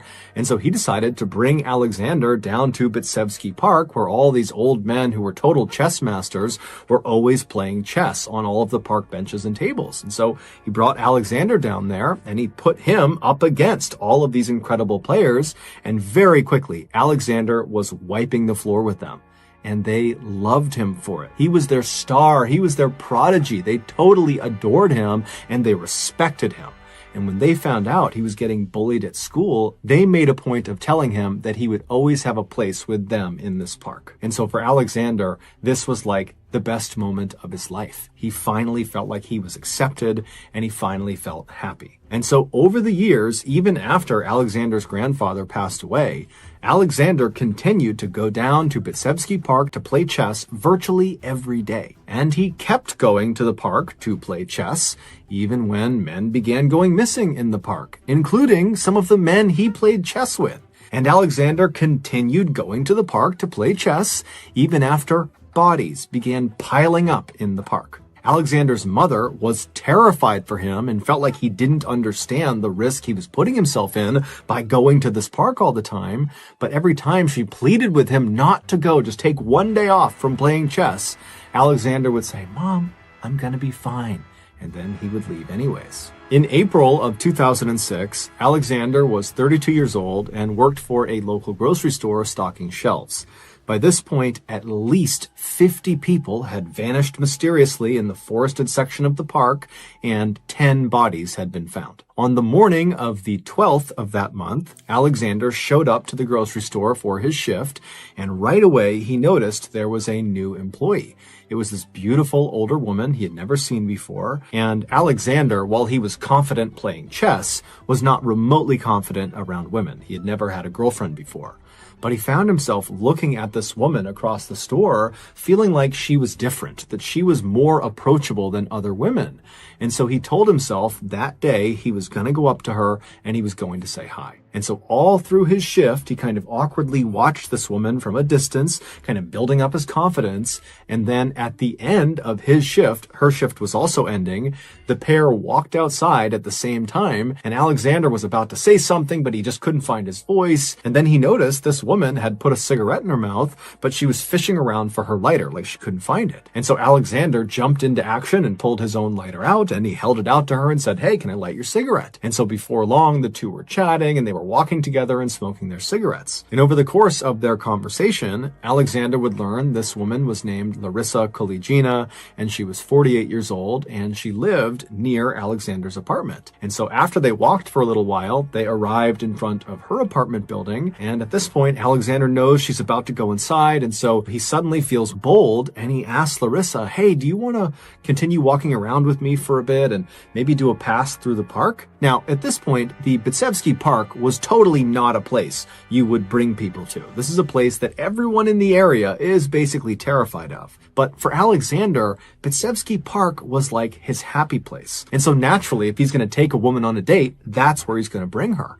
And surprisingly, Larissa was very quick to say, "Oh, let's go to the park." And so the two, they lit up another cigarette and they walked across the road and they walked through the front gates of the park. Their first stop was the chess tables along the periphery of the park, right outside of the forest. And the tables were totally empty, but at this point, that wasn't surprising given the fact that even amongst diehard chess players, really Alexander was the only one still willing to go back in there every single day. And so after seeing where Alexander spent all of his time, it seemed like it was time to turn around and leave. But neither Alexander nor Larissa wanted their date to end, and so they decided to light up another cigarette and then follow a walking path that kind of looped into the forest and came back out again. And as they entered the woods and got deeper and deeper into the forest, the chess tables that were behind them faded from view, and the sky began to get darker and darker as it was getting late. But the pair just kept on walking, maintaining their cheerful conversation. But at some point, as they talked and walked, the path below their feet stopped looking like the path they had originally set out on. Now they're stepping over broken logs and they're ducking under low-hanging branches, and it's not really clear if they're on a marked trail anymore. But neither of them bring it up. They just maintain their kind of light conversation and continue walking as if nothing's going on. However, they both definitely began walking faster and faster to maybe speed up this loop. But at some point, when it was very obvious they were no longer on a path, they both came to a stop. As they had walked, Alexander had been in front, and so when they came to a stop, he turned around and he looked at Larissa, and right away he could tell there was just something wrong about her. There was a look on her face that just didn't look right. She looked exhausted or sad or something. And then as he's looking at her, she inexplicably kind of collapses into a tree right next to her, and she grabs the tree with her arms and she slides down to its base, and she presses her cheek and her chest up against its bark, and she begins to cry. Alexander has no idea what's going on, so he just stands there staring at her. And in between sobs, Larissa looks up at Alexander and says, "You're the maniac, aren't you?" Alexander couldn't believe it. She was the first person to figure it out so quickly. Normally, he would have to tell his victims before he killed them. And so he smirked and he looked at her and he said, "Yes, I am." And so Larissa, at this point, she lets out this huge sob and she looks down and she keeps crying. And then she looks back up again at him and she says, "Are you going to kill me?" And without any hesitation, Alexander looks at her and he says, "Yes, I am." And then he reached into his jacket and he pulled out a hammer. No one knows for sure why Alexander became a serial killer or why he almost exclusively targeted men. Many people believe it might have something to do with the brain damage he suffered as a 4-year-old when that swing hit him in the head, that somehow that rewired his brain and made him more aggressive towards other people, especially men. But that's just speculation. And other than that injury, there really isn't much in Alexander's life that stands out as a big red flag. He just kind of floated about his life and followed the crowd. But in 1992, when he was 18 years old, he got this urge to kill, and he actually decided to act on it. He brought up this desire to a classmate of his named Mikhail Odachuk, and surprisingly, Mikhail says to Alexander, "I want to kill someone too. Let's do it together." And so the two met up a couple of days later, and they headed off to Bitsevsky Park and began walking around the forest looking for a lone person that could be their victim. And as they're walking along, Alexander, he's fully committed, but he can tell Mikhail is not. He's starting to get cold feet, and he's talking about, maybe let's stop for now and head back and maybe do this another time. And Alexander, he's getting more and more angry and frustrated with Mikhail until finally Alexander decides, my first victim will be Mikhail. And so he turns to Mikhail and he says, you know what? If you want to head back, you can. And Mikhail says, okay, maybe we can do this another time, right? And Alexander says, sure. And so Mikhail turns around, and as soon as his back is to Alexander, Alexander pulls out his hammer and he smashes Mikhail in the back of the skull, causing Mikhail to crumple to the ground, either dead or unconscious. But either way, he's laying on the ground. And as soon as he is, Alexander remembers that they had passed a little while earlier this well kind of hidden in the middle of the forest. And so he grabbed Mikhail's body and he dragged him through the forest over to this well. And when he got to the well, he pulled the lid off of it, and then he picked Mikhail's body up, pushed him up and over the edge, and dropped him inside. And Mikhail fell 30 feet all the way down to the icy water below.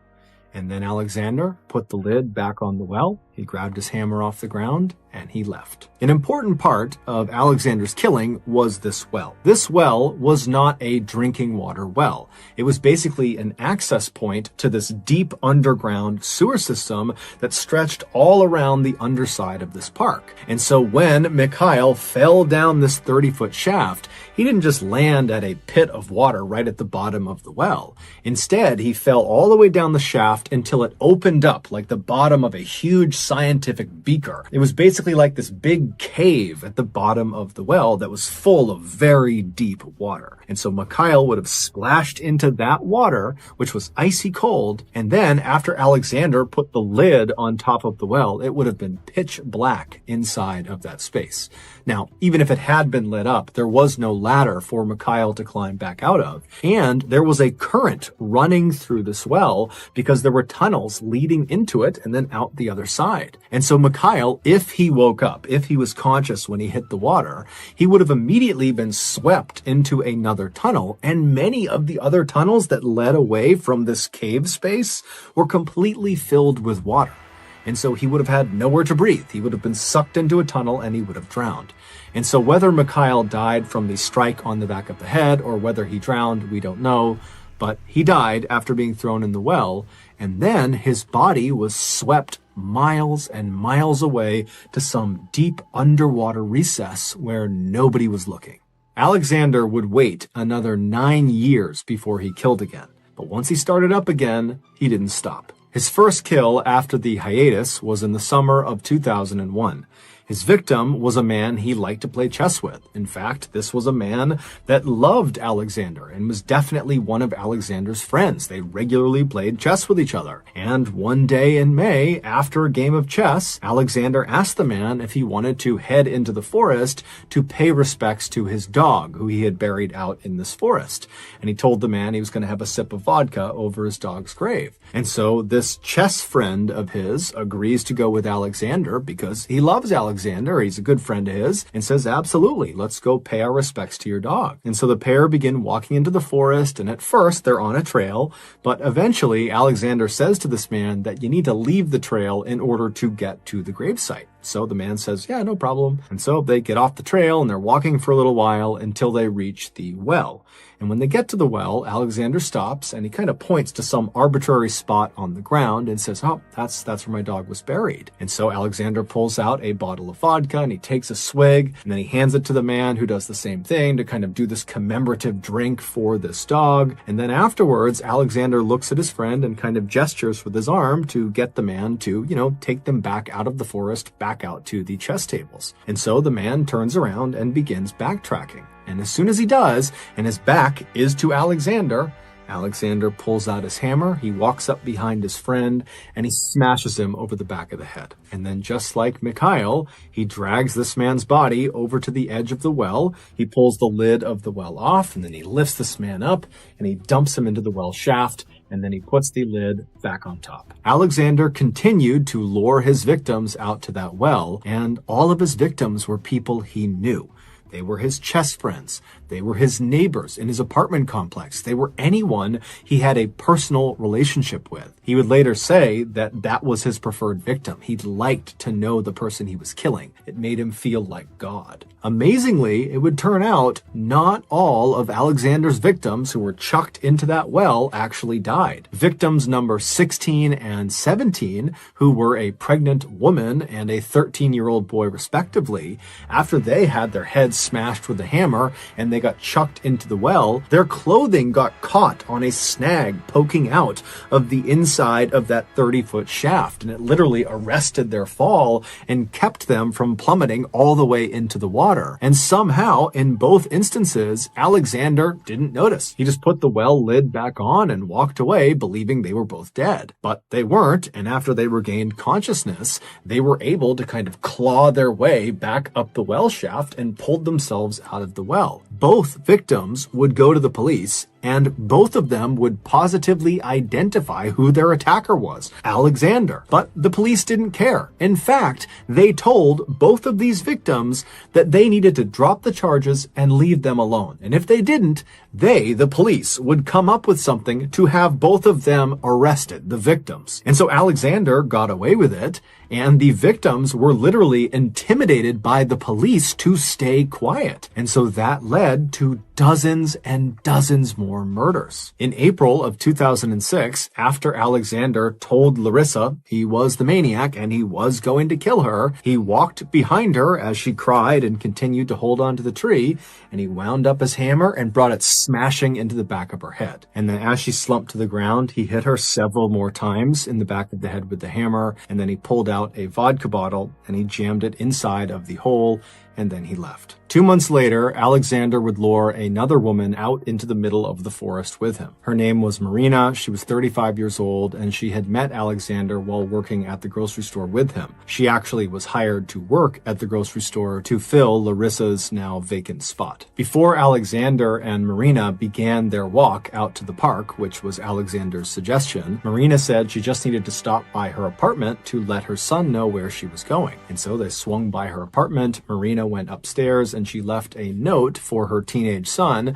saying where she was going and who she would be with, and she even left behind Alexander's name and his phone number on this note. And so when she came back out again and she and Alexander began walking towards the park, Alexander knew that if he killed her, which was his intention, that he would certainly be caught. The police were on super high alert at this point, and they would certainly get their hands on this note, and that would absolutely implicate him, and so he didn't really know what to do. But by the time they were strolling into the forest, Alexander had decided he was going to kill her anyways. And many people believe he did this specifically to get caught, not to protect the public from himself, but because he wanted fame. He wanted recognition for what he had done. This theory stems from the fact that starting with his 41st victim, Nikolai Zakharchenko, Alexander began leaving his victims' bodies out in the open. He stopped putting them into that well.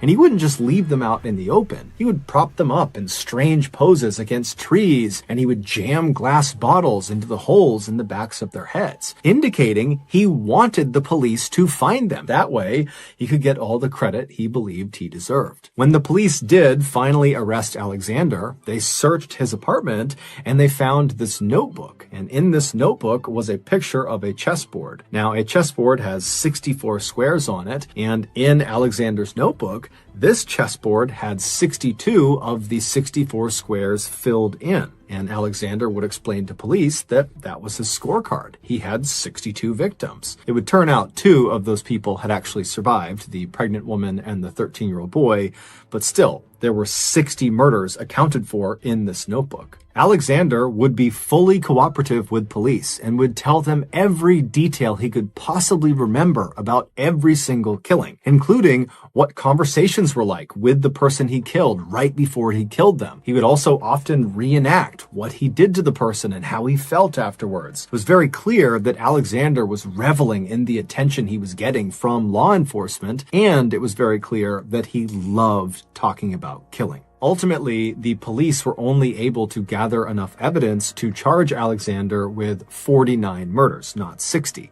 And when Alexander heard this, he was totally disappointed, and he asked the judge if he could get credit for the other 11 murders to maintain his 60-victim mark. The judge said no. During his trial, Alexander was deemed to be such a threat, he was kept inside of a glass cage the entire time. And during the proceedings, he showed no remorse and in fact seemed kind of happy, like he was enjoying the spectacle of his trial. He was ultimately given the harshest penalty under Russian law at the time, which was life in prison without parole, and the first 15 years of his life sentence would be in complete and total solitary confinement. So virtually no human interaction, kept inside of his cell 24 hours a day with nothing in his cell all day long. Alexander is still alive today, and he is still in solitary confinement. In April of 2020, a 17-year-old named Sam, who was an avid outdoorsman, decided to go on a one-night hike in the Superstition Mountains in Arizona. The mountain's name has a bunch of supposed origins, but the one that's generally accepted is people are afraid of the Superstition Mountains because of all the mysterious deaths that have occurred there. And so because people would avoid these mountains in fear of mysterious death, it became these superstitious mountains. But Sam was not superstitious and regularly came out here to go hiking, in particular on this 8-mile loop that went through a canyon. And so this one night overnight he planned on doing was going to be on that 8-mile loop where he'd do 4 miles in, camp out, and then 4 miles back. And he planned to do it with a friend, but his friend at the last minute canceled, and so Sam teetered on not even doing it, but ultimately decided, okay, I'll just do it by myself because I'm very familiar with this area. On the day he was supposed to go do this hike, he had planned on getting there early in the day to have maximum lighting, but due to some unforeseen circumstances and traffic and bad road conditions, he didn't get to the trailhead until 5:45 p.m. that night. Sam knew it was a bad idea to start this hike so late because he was going to run out of daylight. He probably was not going to make it 4 miles to the point where he planned on camping out. But he figured with his good health and fitness, he could probably quickly make his way to the 2 or even 3 mile mark, and there were some suitable campsites there. And so he decided he would kind of risk it and just try to go as fast as he could and use the daylight he had to reach a suitable campsite. But he wasn't able to move as fast as he thought he could, and soon the sun was down and it's totally dark, and he's got his flashlight, but that only is able to shine like 10 feet in front of him. And then at one point he nearly falls off of this rock, and he knows had he fallen, he would have gotten really badly hurt, and he's 15 miles away from the nearest help, and he's in a bad cell phone service area, and the roads getting out here are treacherous. No one knows exactly where he is, and it dawns on him that you've made a pretty bad choice, and you should stop right now and make camp here and not try to risk it any further. And so as it happened, where he was, there was this forest right nearby, and he could see there was a clearing about 30 feet off the path when he shined his light.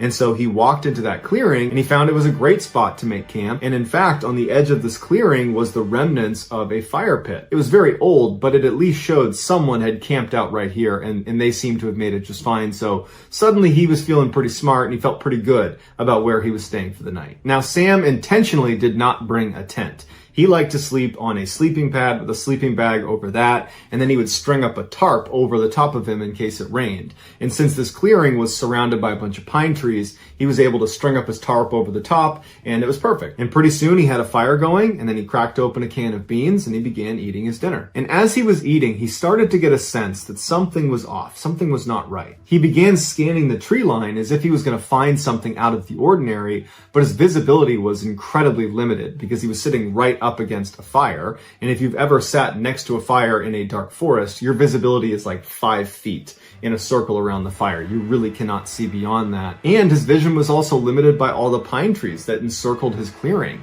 So he really could only see what was immediately around him, nothing else. And he starts thinking, that's gotta be it. Maybe I'm just nervous because I have no visibility. But as he's rationalizing this kind of bad gut feeling, a rock the size of a marble comes soaring into the campsite and lands at his feet. And he looks down at the rock and immediately he connects that to that sense of dread he had. And he's looking around a little more aggressively now, but again, his vision is very, very limited. And so for the next 15 minutes, Sam is really aggressively scanning the tree line and listening really intently, and he doesn't hear anything. He doesn't see any more rocks get thrown. And so he begins to rationalize and convince himself that there's nothing wrong here. That feeling I have, oh, don't worry about that. He starts telling himself, I must have kicked a rock. That's what it is. Or maybe a rock fell off a tree.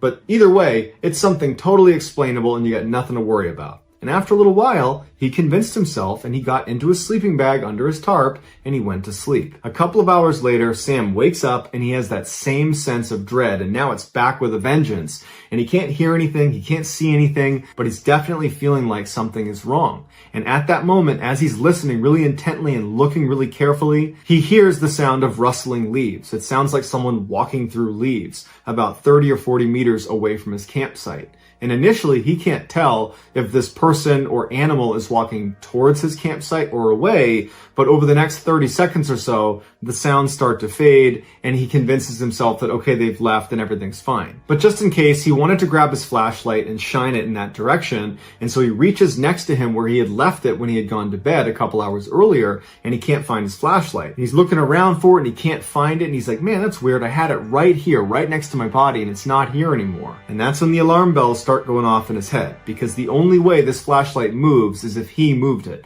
And if it's not here, how did it move? And so he jumps out of his sleeping bag, he ducks out from under the tarp, and he's looking around on the ground in the immediate vicinity of where he was sleeping to find this flashlight. And as he's looking, out of the corner of his eye, he sees some light. And he turns his head, and in the same direction that he had heard those footsteps, those rustling leaves, when he was still laying down, he sees his flashlight laying on the ground about 10 meters away, which means someone or something had been less than a foot away from him to get this flashlight that was right next to him while he was fast asleep and totally helpless, and had moved it all the way over there. And immediately, Sam thinks to himself, that's a trap. They are trying to lure me away from my campsite. Suddenly, he felt so scared he wanted to vomit, but he knew in order to survive this situation, he needed to keep his wits about him. So he puts his boots on and he grabs his knife, and he knows he's not leaving this campsite. In fact, he's going to build the biggest fire he can. He's going to stoke that fire as big as he can get it, and he's not going to go anywhere near that flashlight. For the next several hours, Sam just stood in the middle of his campsite holding his knife, preparing to confront whatever the heck is out in the woods. And over those several hours, he would hear footsteps approach his campsite, turn around, and leave. Every time the fire got lower, he noticed they would come closer and closer and closer, and when he would stoke the fire, they wouldn't come as close. But at about 3 a.m., he ran out of firewood, so unless he went into the woods to get more, he'd be out, and he's certainly not going into the woods. That's the whole point, is to avoid the woods where this thing is. And so as the fire died down, Sam prepared himself mentally for whatever happened next, because he knew that with that fire gone, this thing was comfortable coming all the way in, coming all the way up right next to him to get the flashlight. And so finally, he hears the footsteps approaching. And before this, the closest they had come was maybe about 15 meters away. They were far enough away it didn't feel intimate. It was terrifying, but he had some distance.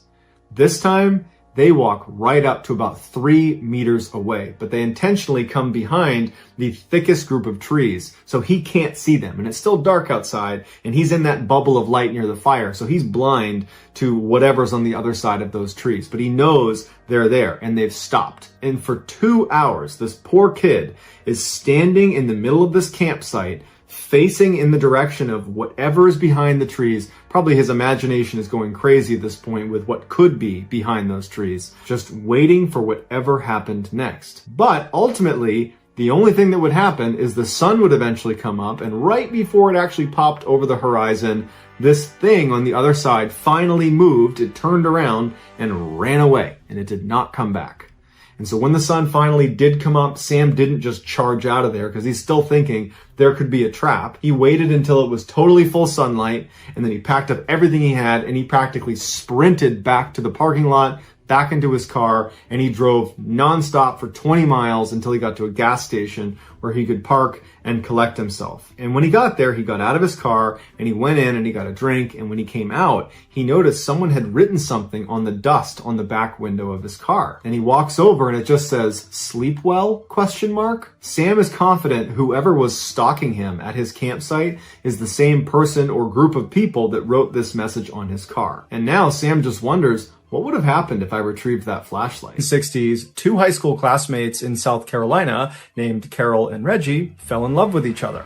Every day in the halls, they'd hold hands and they'd laugh with each other and whisper to each other, and then outside of school, they were inseparable. But despite their seemingly perfect relationship, it didn't last long. They both had different ideas about what the future should hold, and so after graduation, they broke up. Reggie went on to join the US Navy, where he served for a number of years all over the world. He would at one point get married, but that marriage would end quickly, and then after he got out of the military, he got a job at a railroad back at his hometown in South Carolina. As for Carol, after graduation, she got married and divorced too, twice actually, but it was her second failed marriage that nearly killed her. On February 18th, 1987, Carol was living with her 10-year-old daughter Rhonda in South Carolina when her estranged second husband came up to the door and knocked.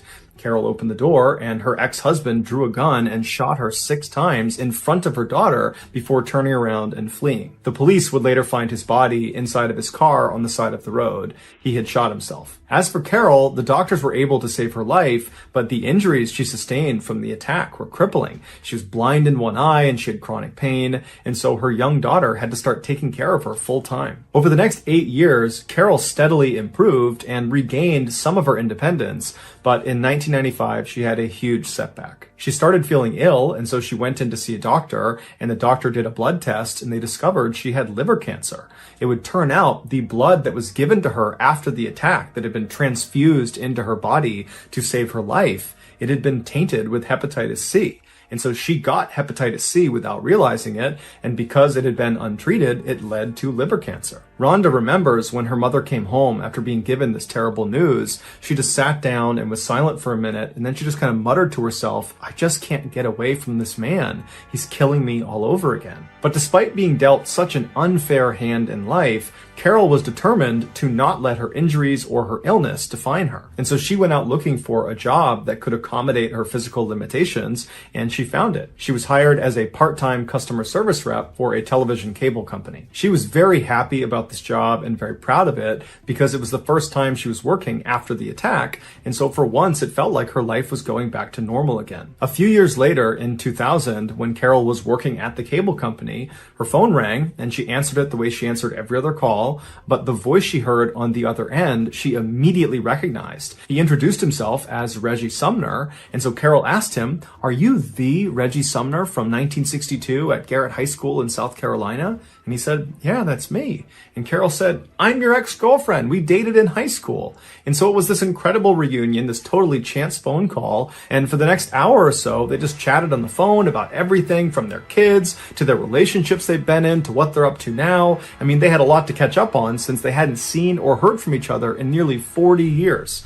And so before they hung up, they realized they lived near each other, and so they made plans to get together in person. Rhonda would say her mother, when she came home that night, was like a 16-year-old girl all over again. She talked endlessly about how great Reggie was and how good-looking he was and how excited she was about their upcoming date. And so a couple of days later, Carol and Reggie have this date, and when Carol comes home, Rhonda would say it was obvious her mother had fallen head over heels in love with Reggie all over again. And luckily, Reggie had fallen in love with Carol too, because less than 6 months later, they got married and became Mr. and Mrs. Sumner. Within a year of their marriage, they decided to sell their home in South Carolina and move to Jacksonville, Florida to retire. Even though caring for her mother for all those years had been quite difficult for Rhonda, she said she was very sad to see her mother go, but at the same time, she was really happy for her because it seemed like she had found the one. Over the next couple of years, Rhonda stayed in touch with her mother, speaking to her almost every single day on the phone. But in July of 2005, Rhonda's mother stopped answering her phone. At first, Rhonda wasn't that concerned,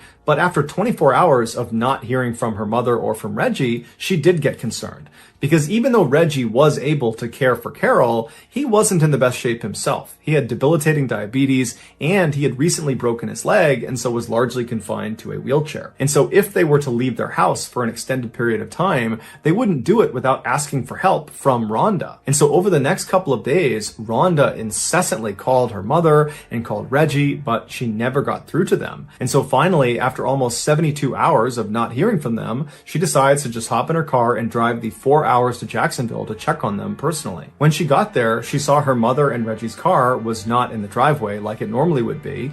And so Rhonda went up to the front door and she knocked and she's yelling for her mom, but nobody's coming to the door, even though lights are on inside the house. And so Rhonda eventually tries the handle of the door and it's open. And so she opens it up, she steps inside, she yells again for her mom and for Reggie, but no one yells back. And then she sees their beloved dog, Mikey, that they brought everywhere with them, was still in the house. And so she's thinking, where would they have gone without bringing Mikey? And so Rhonda continues to walk through the house into the kitchen. And when she gets there, she sees on the table are 2 plates of food where the food looks like it's a couple of days old and it's just sitting on the plate like they had been eating it and then just abandoned it there. And then in the sink are all these dirty dishes. And then on the stove are half-cooked pots of food. And Rhonda knows her mother is an extremely tidy person and she never would have left her house with dirty dishes and food out on the table. And so red flags are going up for Rhonda. But what ultimately sealed the deal for her was when she turned and looked on one of the counters, she saw the cell phone that Reggie and Carol shared was still sitting there along with Carol's purse.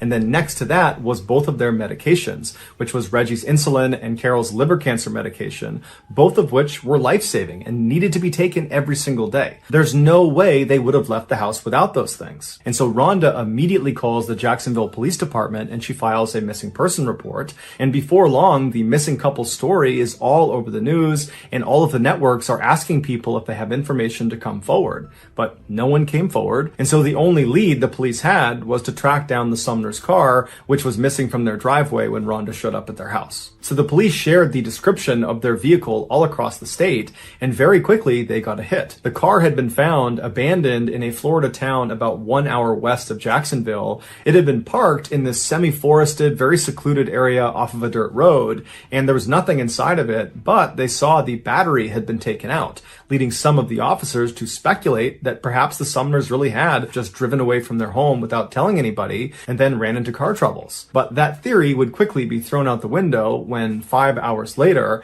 the Jacksonville police received a very strange phone call. The man who called in said he was Reggie Sumner, and he said he had seen the news about him and his wife being missing and that was just totally not true, that in reality they had left, but they were just fine and they'd be back soon. The police are immediately suspicious of this person. They don't think it's Reggie Sumner because, for one, he sounds like a young man and Reggie is a 61-year-old. And so the voice didn't really line up. And just the way he was talking about this disappearance like it was no big deal, that also just didn't really make sense. And so one of the officers asked Reggie, "Are you with your wife, Carol?" And he said, "Yep, I'm with her. Here she is." And so a woman hops on the phone who says she's Carol Sumner, but she sounds far too young to be Carol Sumner, who's 61. This sounds like a 18, 19, 20-year-old girl. And she too just reiterates that everything's just fine and they've gone out for a couple of days. There's nothing to worry about. And, you police can stop looking for us. And so after this call ends, the police at this point are convinced that this simply cannot be Carol and Reggie. But to make sure, they call in Rhonda and they have her listen to the recording of this conversation with the so-called Reggie and Carol.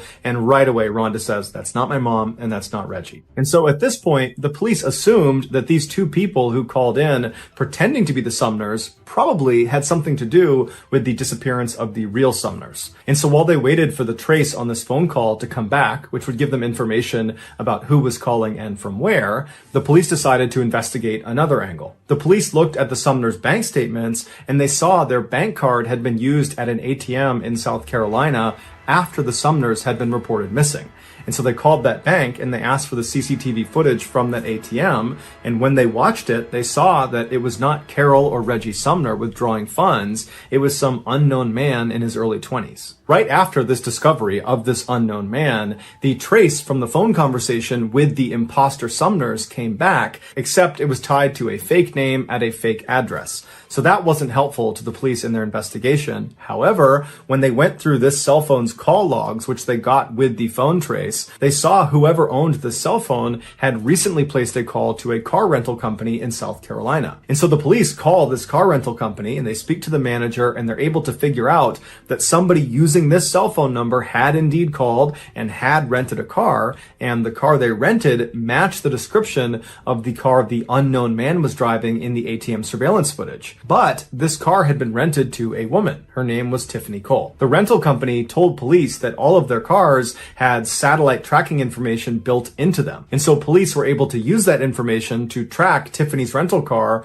to a motel in South Carolina. The initial thought was that maybe the Sumners are being held against their will in this motel. And so very quickly, a police force was organized, and on the morning of July 14th, so 6 days after the Sumners were listed as missing, they arrive at this motel. They go to the front desk, they find out what room Tiffany is in, they get the key, and they go up and they open the door. The Sumners were not inside. Instead, there were 3 young adults sitting there. It was 24-year-old Tiffany Cole, her boyfriend, 23-year-old Michael James Jackson, and his friend, 19-year-old Alan Wade. Also in the room were dozens of bags of recently purchased merchandise, like computers and video games and clothes and perfume, and also they discovered the key to the Sumners' vehicle and Reggie Sumner's prized coin collection. The police brought all 3 back to the police station and put them in separate rooms to be interrogated. At this point, it was obvious to police that these 3 had something to do with the Sumners' disappearance. They had all these things in the room that tied them to the missing couple.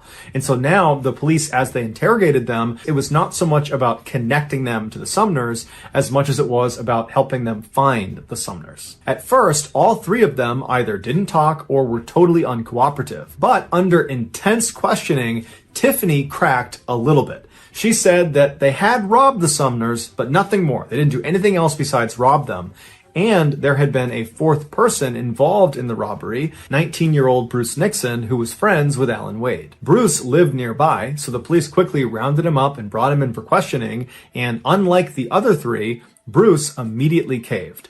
And the story he told about what happened to the Sumners brought many of the police that were involved in this investigation to tears. He said it all started with Tiffany. Tiffany used to be neighbors with the Sumners back when they still lived in South Carolina. Tiffany had a pretty rough upbringing, and her father was permanently sick, and so the Sumners kind of took her under their wing and looked after her and built a very close relationship with her and kind of treated her like she was one of their daughters. Anything she needed, if she needed money, food, anything, they would give it to her. For example, in 2001, right before they left for Florida, they sold a car to Tiffany, but they sold it for basically nothing because they knew she didn't have any money and she really needed a car. 4 years later, in June of 2005, Tiffany was partying in Jacksonville, Florida with her new boyfriend, Michael James Jackson, when they got kicked out of the house they planned on staying in for the night. And so now they don't have a place to stay, they don't have any money, and that's when Tiffany remembers the Sumners had moved to Jacksonville, and they would always help her out if she needed anything. And so the 2 of them drive to the Sumners' house in the middle of the night, they haven't called them,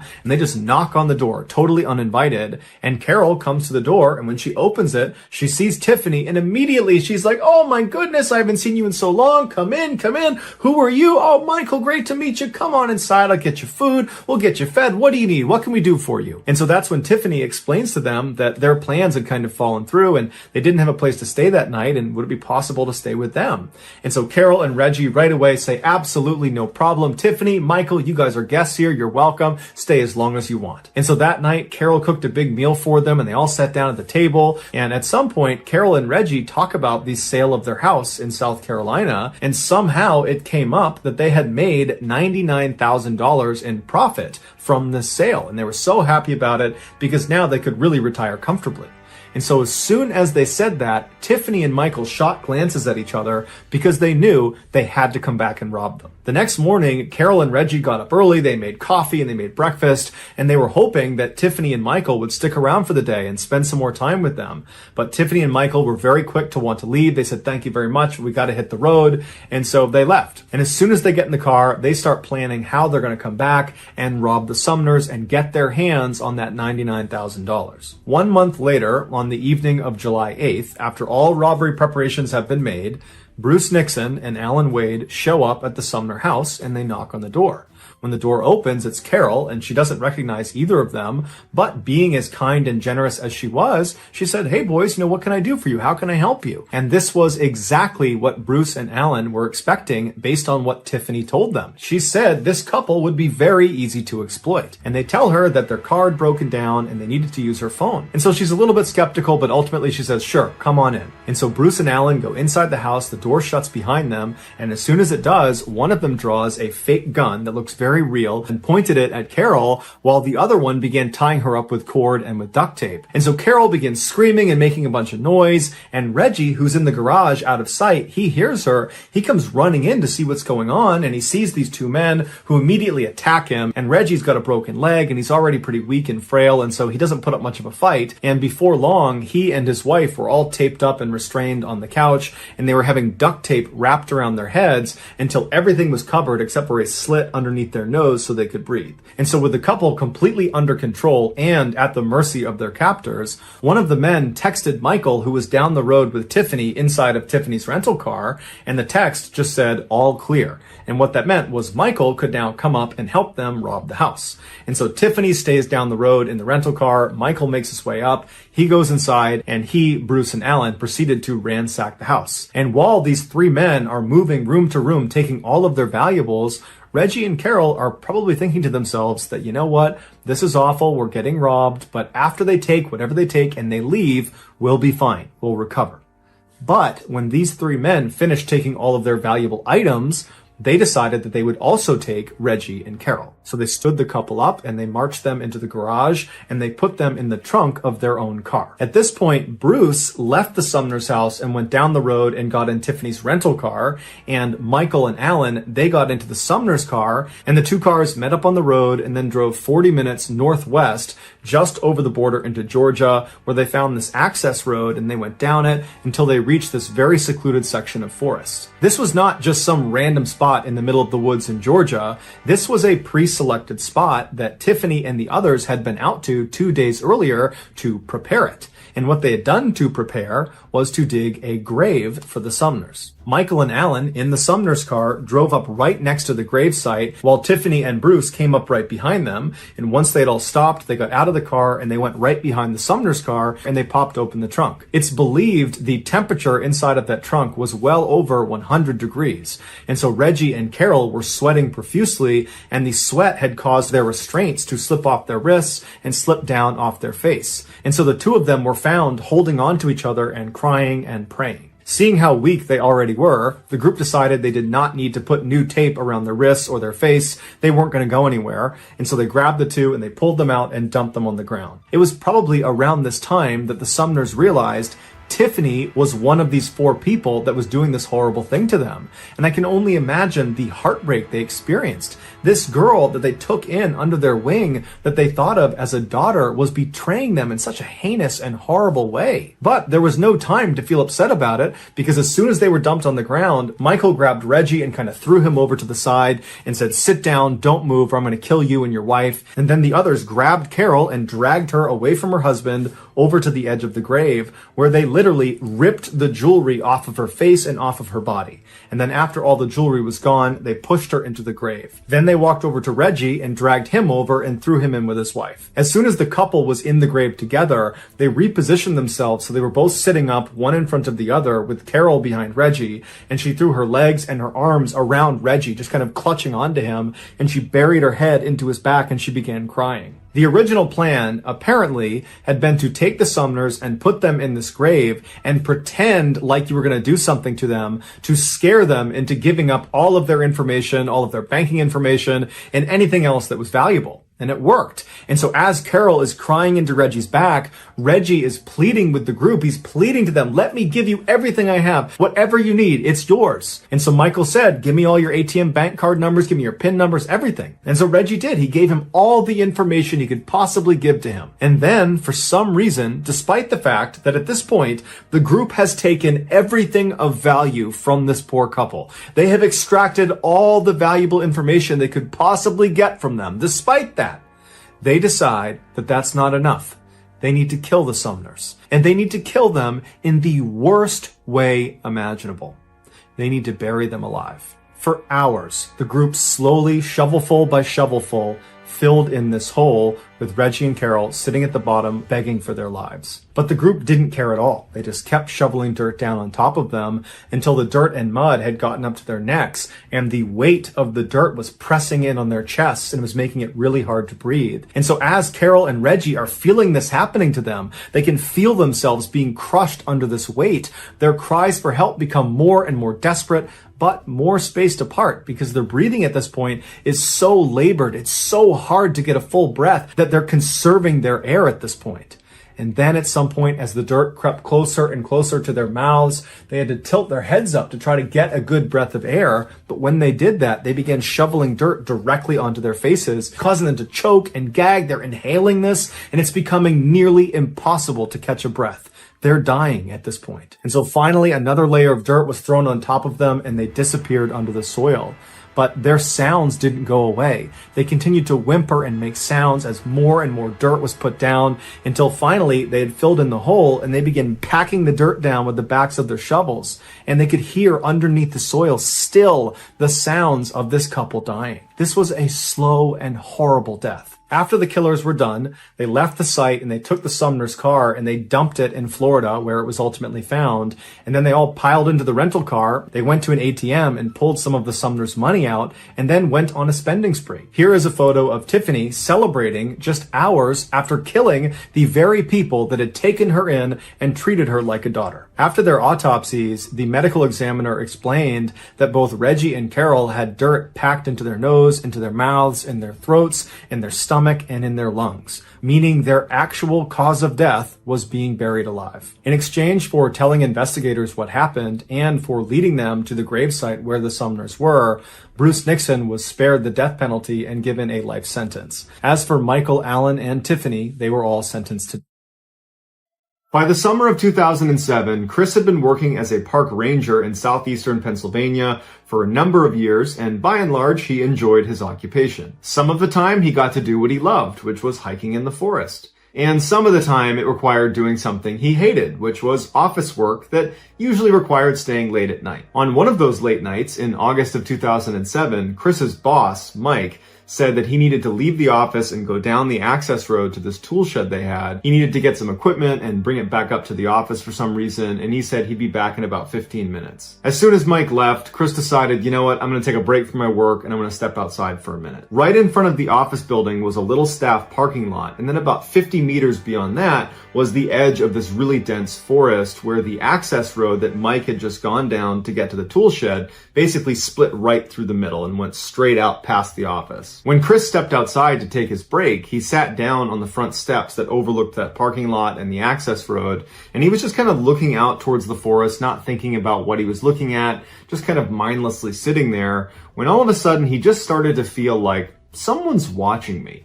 And instinctively, he turned around to look back into the office, as if maybe someone was behind him, but he remembered that he and Mike were the only ones there that night, so no one's going to be behind him. And so he turned back around and he looked out at the parking lot and he didn't see any movement, and he looked down to the edge of the forest, which he could see because the moon was fairly bright that night, so the illumination was pretty good. And there was no movement against the tree line, there was no animals, there was no people, and Mike had not come back yet. So there's nothing going on in front of him, there's nothing going on behind him, but he just could not shake this feeling that someone was watching him.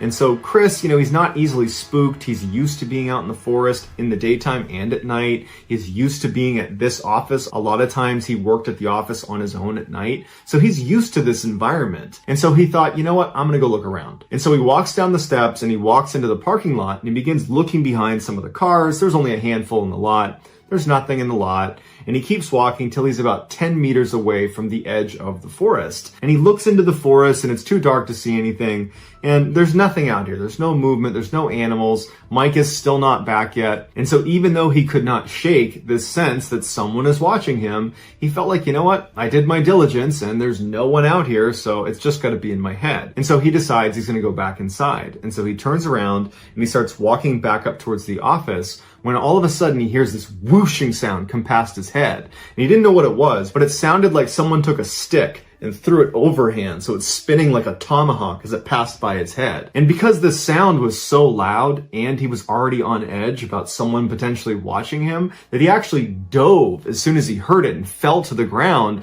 and scrambled around and looked at the tree line from where this thing came from, but there's no one there. And he scrambles to his feet and he's still looking around, and he starts backpedaling towards the office with his eyes still on the forest, and his attention kind of shifts from the forest to what was just thrown at me. And he turns around and starts walking around looking for something on the ground, like a stick, to see if something really was thrown at him. But he can't find anything. He didn't do an exhaustive search. He didn't look under every single car, but an initial scan turned up nothing. And then he turns back to the forest and he doesn't see anything out there. And even though, again, he feels totally stressed out, like something's out here and I can't see it, he's like, am I going crazy? Did that really happen? Because I can't find this big stick that apparently flew past my head. So is this all happening in my head? But regardless, he's totally freaked out and he sprints back inside the office and locks every door. 20 minutes later, Mike comes blazing up the access road. He stops in front of the office and runs up the stairs.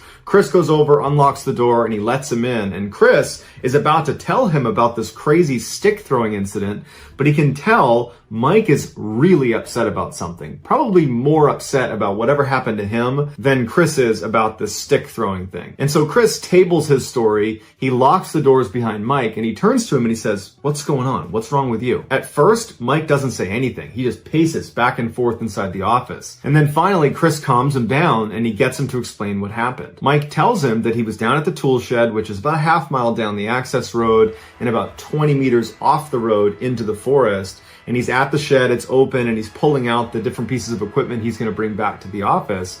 And he says all of a sudden, all the hairs on his body stand up. He's got goosebumps. And immediately he thinks, someone's watching me. And he turns around and there's no one there. He looks to his right and his left. He kind of pokes his head in the shed, like is someone hiding in the shed? There's no one in there. He walks to the back of the shed. There's no one behind the shed. And he's just totally stumped why he's feeling this way. He goes back to the front of the shed and he's going over in his mind what made him feel this way. And he can't put his finger on it, but he cannot shake this feeling of someone watching him. And it's making him totally anxious. So he gets all the things he needs from the shed as quick as he can. He locks it up, he turns, and he starts speed walking back out to his truck. When he gets about 5 meters away, he hears footsteps running right to left behind him, back where the shed is. And because he was already completely on edge about someone watching him in the woods somewhere, he doesn't even turn around to see what that is. He knows he needs to run to his car and get inside and put steel between him and whatever is out there. Once he's inside, he locks the door, he turns on the ignition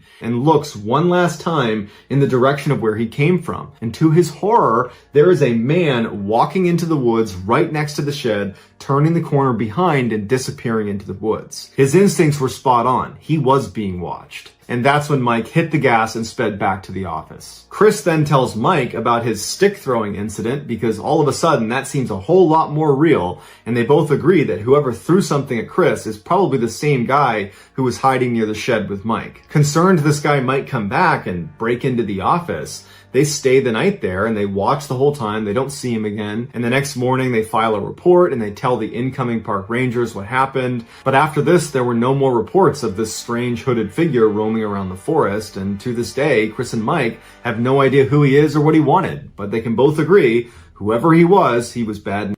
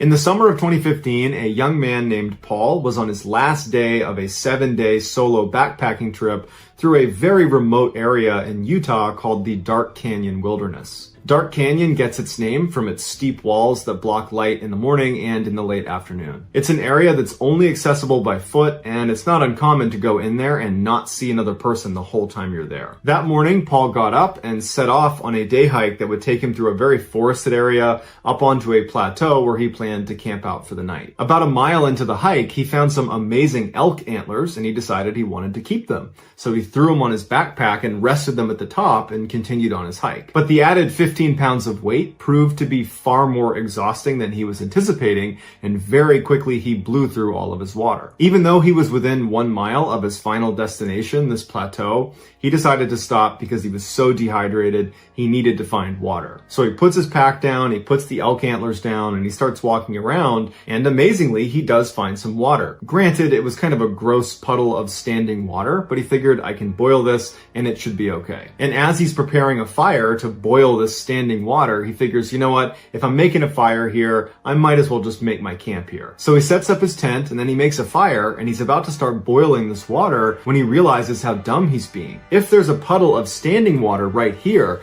then probably just a little ways upstream there's going to be some running water. Why don't I not boil this crappy water that will only yield, a couple sips of water, and go look for the running water where I can drink as much as I want? So he puts the pot down and he leaves all of his gear at the campsite, and he begins walking up this mountain to hopefully find a stream. And after about a half mile of walking up this mountain, he finds this little spring. Immediately he's down on hands and knees drinking as much water as he possibly can because he's super dehydrated. And after he's drank for quite a while, he reaches down to his belt where he kept his water bottles, and he realized he left all of his gear, including his water bottles, at camp. So he didn't have a way to collect this water. And so he's like, shoot, I gotta go back to camp and get the bottle and come back. I'm gonna burn a bunch of energy. But he's like, you know what can you do? I need the water. And so he gets up and he turns around and he starts walking back towards his camp. And immediately he starts to feel really anxious as he's walking back. He can't help but feel like someone's behind him watching him. And he kept turning his head thinking he's going to see someone just over the mountain who's quietly stalking him. And he just could not shake this feeling. And so as he's walking back to camp, every little sound he hears is totally throwing him off. Every little rustling leaf, every little bird overhead, he's totally on edge because he's convinced someone is behind me or someone's over there, someone's watching me. He finally gets back to camp, he gets his water bottles, and he considered not going back to the spring because he didn't want to cover that distance again because of how stressful it just was. But ultimately, he knows he needs the water. So either he's going to sit here for a really long time and boil a bunch of stagnant water, or he can just suck it up, walk to the spring, get some water, come back, and be good. Before he walks up to the spring, he grabs a really big stick to use as a club, and then he walks up. So now he's got some protection. And immediately, as he begins that half-mile trek to the spring,